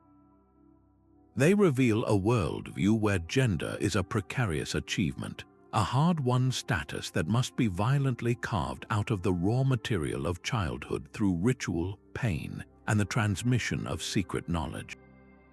While mainstream debutante balls often reinforced existing social hierarchies, African American communities crafted a powerful and purposeful alternative that centered on empowerment, heritage, and service. The African-American cotillion and butillion ball is far more than a formal dance. It is a comprehensive curriculum for leadership, meticulously designed to arm a new generation with the tools, knowledge, and confidence to excel. This tradition, which blossomed in the 20th century within the context of social clubs and organizations like Jack and Jill of America, Inc., was a direct and dignified response to the exclusion from predominantly white debutante events. It wasn't about seeking entry, but about building something more meaningful, a sacred space to celebrate Black excellence on its own terms and to intentionally prepare young people for the unique challenges and opportunities they would face. The heart of this rite of passage is found not in the ballroom, but in the months of weekly classes that precede it. This is where the profound transformation occurs. Under the guidance of dedicated mentors and community elders, participants engage in a rich curriculum that extends far beyond the classic etiquette of which fork to use. They learn the art of conversation, how to navigate a professional networking event with grace, and the nuances of formal ballroom dance, but the learning delves much deeper. Crucially, these programs incorporate intensive lessons in African American history, connecting the young debuts and beaux to a legacy of resilience, innovation, and triumph. They study financial literacy, understanding credit, investments, and economic empowerment as key pillars of community advancement. A significant component is dedicated to community service, instilling a lifelong ethic of giving back through hands-on projects that address local needs. This holistic approach sends a clear message. True poise is not just about how you carry yourself at a gala, but how you carry yourself in the world, armed with cultural pride and a commitment to uplift others. The grand finale, the cotillion ball itself, is the ceremonial showcase of this transformation. It is a night of breathtaking elegance and profound symbolism. The young women, often in white gowns, and the young men in classic white tie and tails, are presented to the community. They demonstrate their polished dance skills with their fathers or escorts in a poignant waltz that symbolizes their evolved relationships with their families. They are introduced individually, their academic achievements, career aspirations, and community service contributions announced for all to hear, publicly affirming their identities as scholars and future leaders. The event is typically a major fundraiser for scholarships, directly investing in the future education of the community's youth. Every detail, from the invocation to the cultural performances, is infused with a celebration of Black heritage, creating a powerful counter-narrative to societal stereotypes. This modern adaptation of a European tradition is a brilliant example of how a rite of passage can be re-engineered to meet the specific needs of a community. It doesn't just mark a transition, it actively constructs a resilient, culturally grounded identity. It forges a powerful network of peers and mentors who will support each other throughout their lives. The African American cotillion provides its participants with an unshakable foundation of self-worth, historical context, and social capability, preparing them not merely to navigate the world as it is, but to lead and shape it into what it could be. From this vibrant, community-centered celebration of collective uplift and refined purpose, our journey now turns inward to a solitary and deeply personal quest for vision and calling found in the vast wilderness of Siberia. In the vast, snow-swept expanses of Siberia, where the taiga forest stretches to the horizon and the winter silence is profound, the call to become a shaman is not a career choice but a spiritual summons that cannot be ignored. Among the Evenki, Bariat, and other indigenous peoples, this path begins not with ambition, but with a profound crisis that shatters ordinary life. An individual, often in the prime of youth, might be struck by a sudden, inexplicable illness that baffles healers, or they might experience a series of powerful, prophetic dreams that shake them to their core. This is interpreted not as a malady to be cured, but as the spirits themselves laying claim to a person, marking them as a vessel for a power far greater than themselves. What makes this initiation so unique is the frequent element of resistance. Many who are called initially refuse, terrified by the visions and the weight of the responsibility. They might try to flee their destiny, to live a normal life, but the spiritual pressure continues, the illness returns, the dreams intensify, until they have no choice but to surrender to the calling. This is a rite of passage where the individual is the one being acted upon, chosen by forces beyond human comprehension for a role they did not seek. Once the calling is accepted, the arduous apprenticeship begins under the stern guidance of an established shaman. This is not a formal education but a total immersion into a hidden world. The elder shaman, often from the same lineage, teaches the initiate how to interpret the complex language of dreams, to identify medicinal plants with spiritual properties, and to understand the delicate etiquette required when interacting with the myriad spirits of the land, the masters of the forest, the water, and the animals. The apprentice learns to enter controlled trance states, often using the relentless, monotonous beat of a ceremonial drum as their vehicle to journey into the spirit world. They memorize elaborate chants and rituals for healing the sick, divining the future, and guiding the souls of the deceased. This knowledge is sacred and secret, passed down orally and through direct experience, forming a bridge of tradition that connects the living shaman to countless generations that came before. The relationship is intense and demanding, pushing the apprentice to their physical and psychological limits to prepare them for the ultimate test that lies ahead.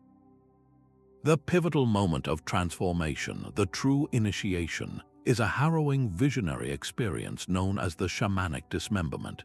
In a deep trance state, the initiate undergoes a symbolic death.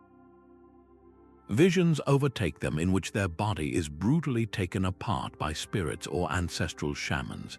Their bones are separated, their flesh stripped away, their organs removed and often consumed.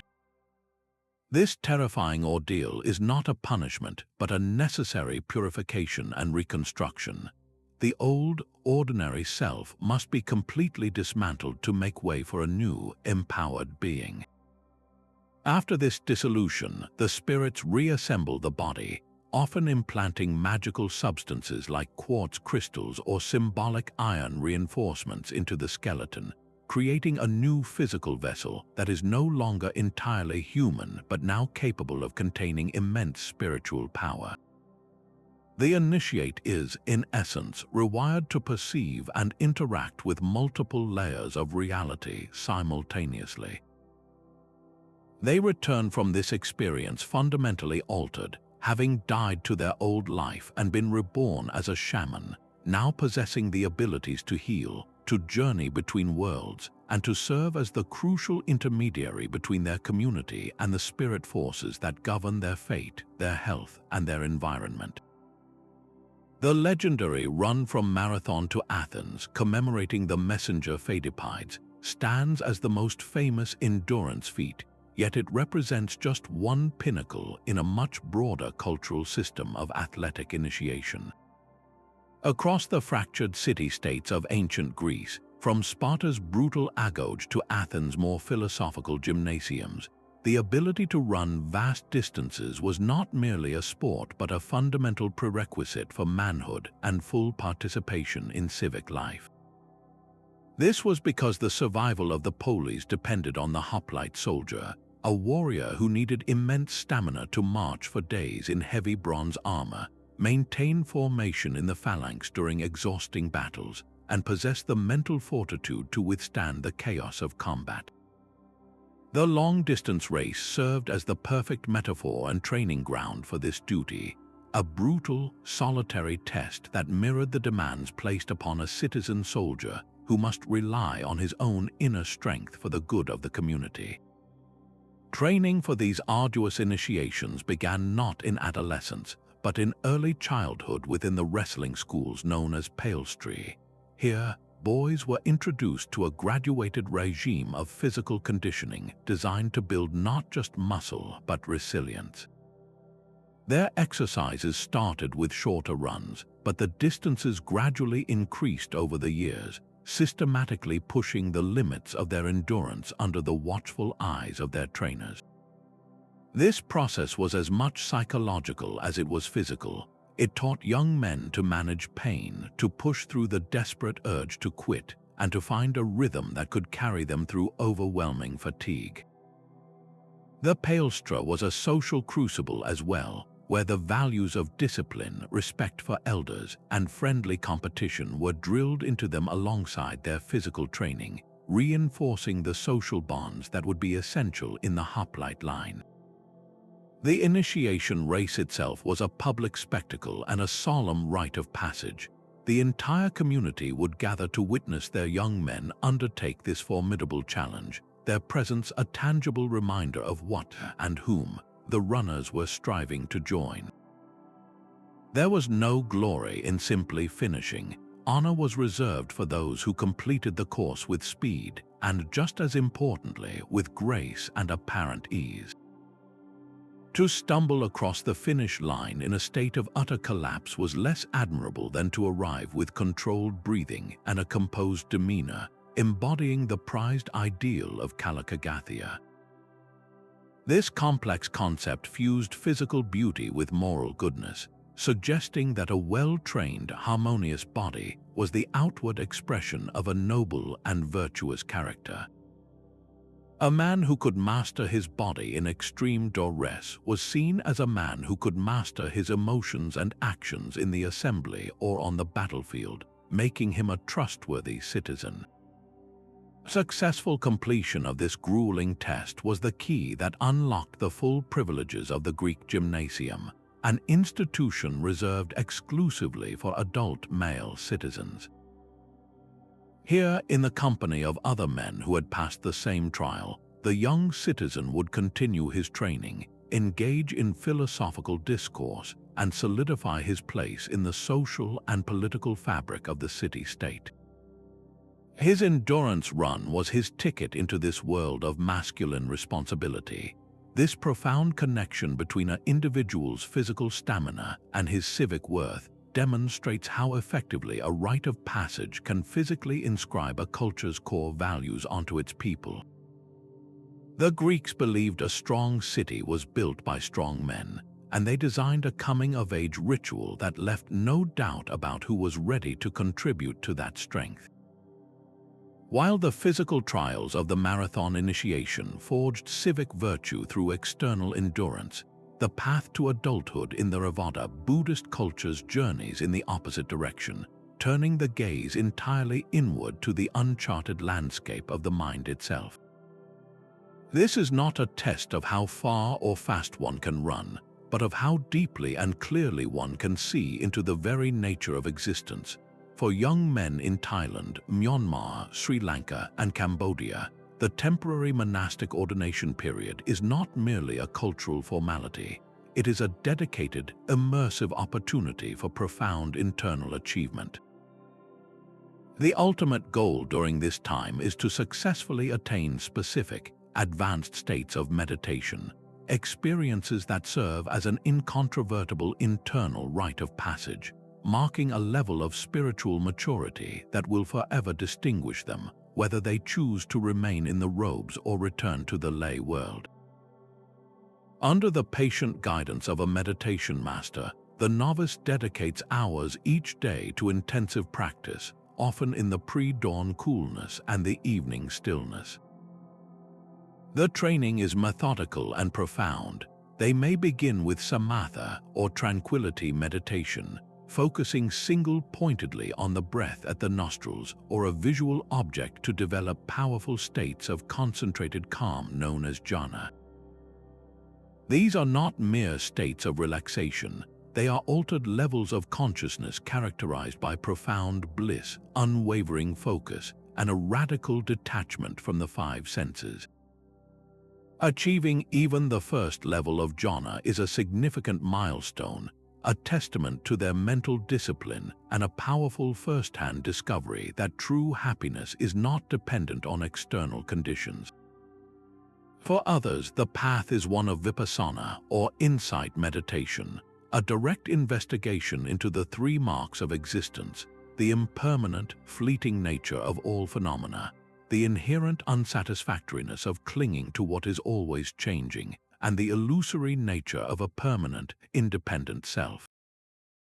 The breakthrough here is not a blissful state, but a profound insight, a moment of awakening where the meditator directly perceives, beyond intellectual understanding, that their body and mind are a constantly flowing process without a fixed center.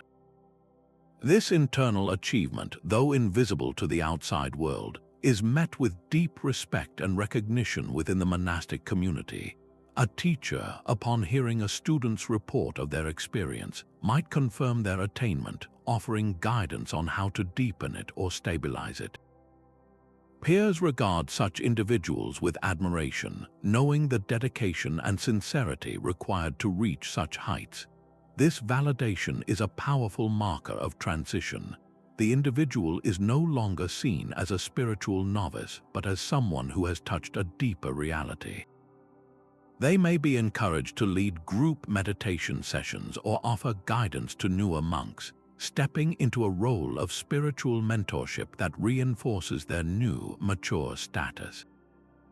This recognition is often more meaningful than any certificate or title, as it is based on verifiable, internal experience rather than external approval. The true power of this rite of passage lies in the permanent psychological transformation it catalyzes. A young man who has directly experienced the impermanent nature of thoughts and emotions returns to lay life with a fundamentally different operating system. He is less likely to be thrown into turmoil by life's inevitable ups and downs, having developed a grounded equanimity that allows him to observe pleasure and pain without being completely identified with them. His relationships are informed by a deeper understanding of non-self, making him less possessive and more compassionate, seeing others as fellow travelers in the stream of existence rather than as objects to fulfill his needs. He approaches his career and responsibilities not as a means to build a solid, permanent self, but as a way to practice generosity and skillfulness in the world. This internal shift is the ultimate preparation for adulthood, equipping him with an unshakable inner resilience and a wisdom that permeates every decision and interaction. This profound journey into the depths of consciousness demonstrates that the most significant transitions are those that happen within, reshaping one's entire relationship to life from the inside out. And so we arrive at a ritual so embedded in modern life that its profound symbolic weight is often overlooked, happening not in a remote jungle or a sacred temple, but at the local department of motor vehicles. The acquisition of a driver's license stands as one of the most universal and potent rites of passage in contemporary societies, a tangible ticket to a new tier of existence that blends exhilarating freedom with sobering responsibility. This journey typically begins long before the official test, marked by that first nerve-wracking session in an empty parking lot with a patient, or perhaps not so patient parent in the passenger seat. The family car becomes a classroom on wheels, a space where knowledge is passed down not about ancient spirits, but about blind spots, parallel parking, and the delicate art of merging onto a highway. This period of supervised practice is itself a crucial liminal stage, a slow transfer of trust and capability from one generation to the next, filled with small failures and incremental victories that build toward a single defining moment. The culmination is a dual trial of mind and body, a written exam that tests one's understanding of the laws that govern communal safety, followed by the practical test, a performance under the watchful eye of an impartial examiner. This is the modern-day version of a solo vision quest or a first hunt. It's a demonstration of competence and calm under pressure, proving that the individual can safely navigate a complex and potentially lethal system. The moment of passing isn't just an administrative approval, it's a profound psychological threshold. That small, laminated card is far more than a legal permit. It is a physical token of validated skill, a key that unlocks geographical and social horizons previously out of reach. The celebratory rituals that follow are deeply telling. The handing over of car keys by a parent is a powerful act of conferred trust. The first solo drive, even if it's just a loop around the block, is an unforgettable taste of absolute autonomy, a silent and powerful declaration of self-reliance. This modern ritual beautifully demonstrates humanity's endless capacity to create new ceremonies that mark our development, adapting ancient patterns to contemporary contexts. It echoes the universal themes we've seen across all 40 rites: the testing of skill, the assumption of responsibility, the celebration of newfound status by the community, and the physical token, be it a license, a carved tattoo, or a filed tooth, that serves as a permanent reminder of the transition. The driver's license ritual perfectly encapsulates the dual edge of adulthood. The intoxicating expansion of freedom is inextricably linked to the sobering burden of consequence. Every time a new driver takes the wheel alone, they are exercising a hard-won right while implicitly accepting their role in a social contract designed to protect everyone on the road. And this brings us to a breathtaking panoramic view of the human experience. From the 30-meter towers of Vanuatu to the quiet anxiety of a driving test, from the sacred thread ceremony to the bullet ant gloves, what do these 40 rituals ultimately reveal? They tell us that regardless of latitude, longitude, or epoch, we humans share a fundamental need to mark the journey from childhood to adulthood with meaning and intention. We create these ceremonies to forge identity, to strengthen community bonds, and to transmit our most cherished values to the next generation. They are a testament to our incredible diversity, the vast and beautiful array of ways we define courage, responsibility, and wisdom. Yet they also whisper of our deep unity, a shared understanding that growing up is not something that just happens to us, but something we must do, a challenge we must meet, often with the guidance and witness of those who walked the path before us. These rites are the stories we tell with our lives, and they remind us that every culture, in its own unique way, throws a party for the soul when a child comes home a grown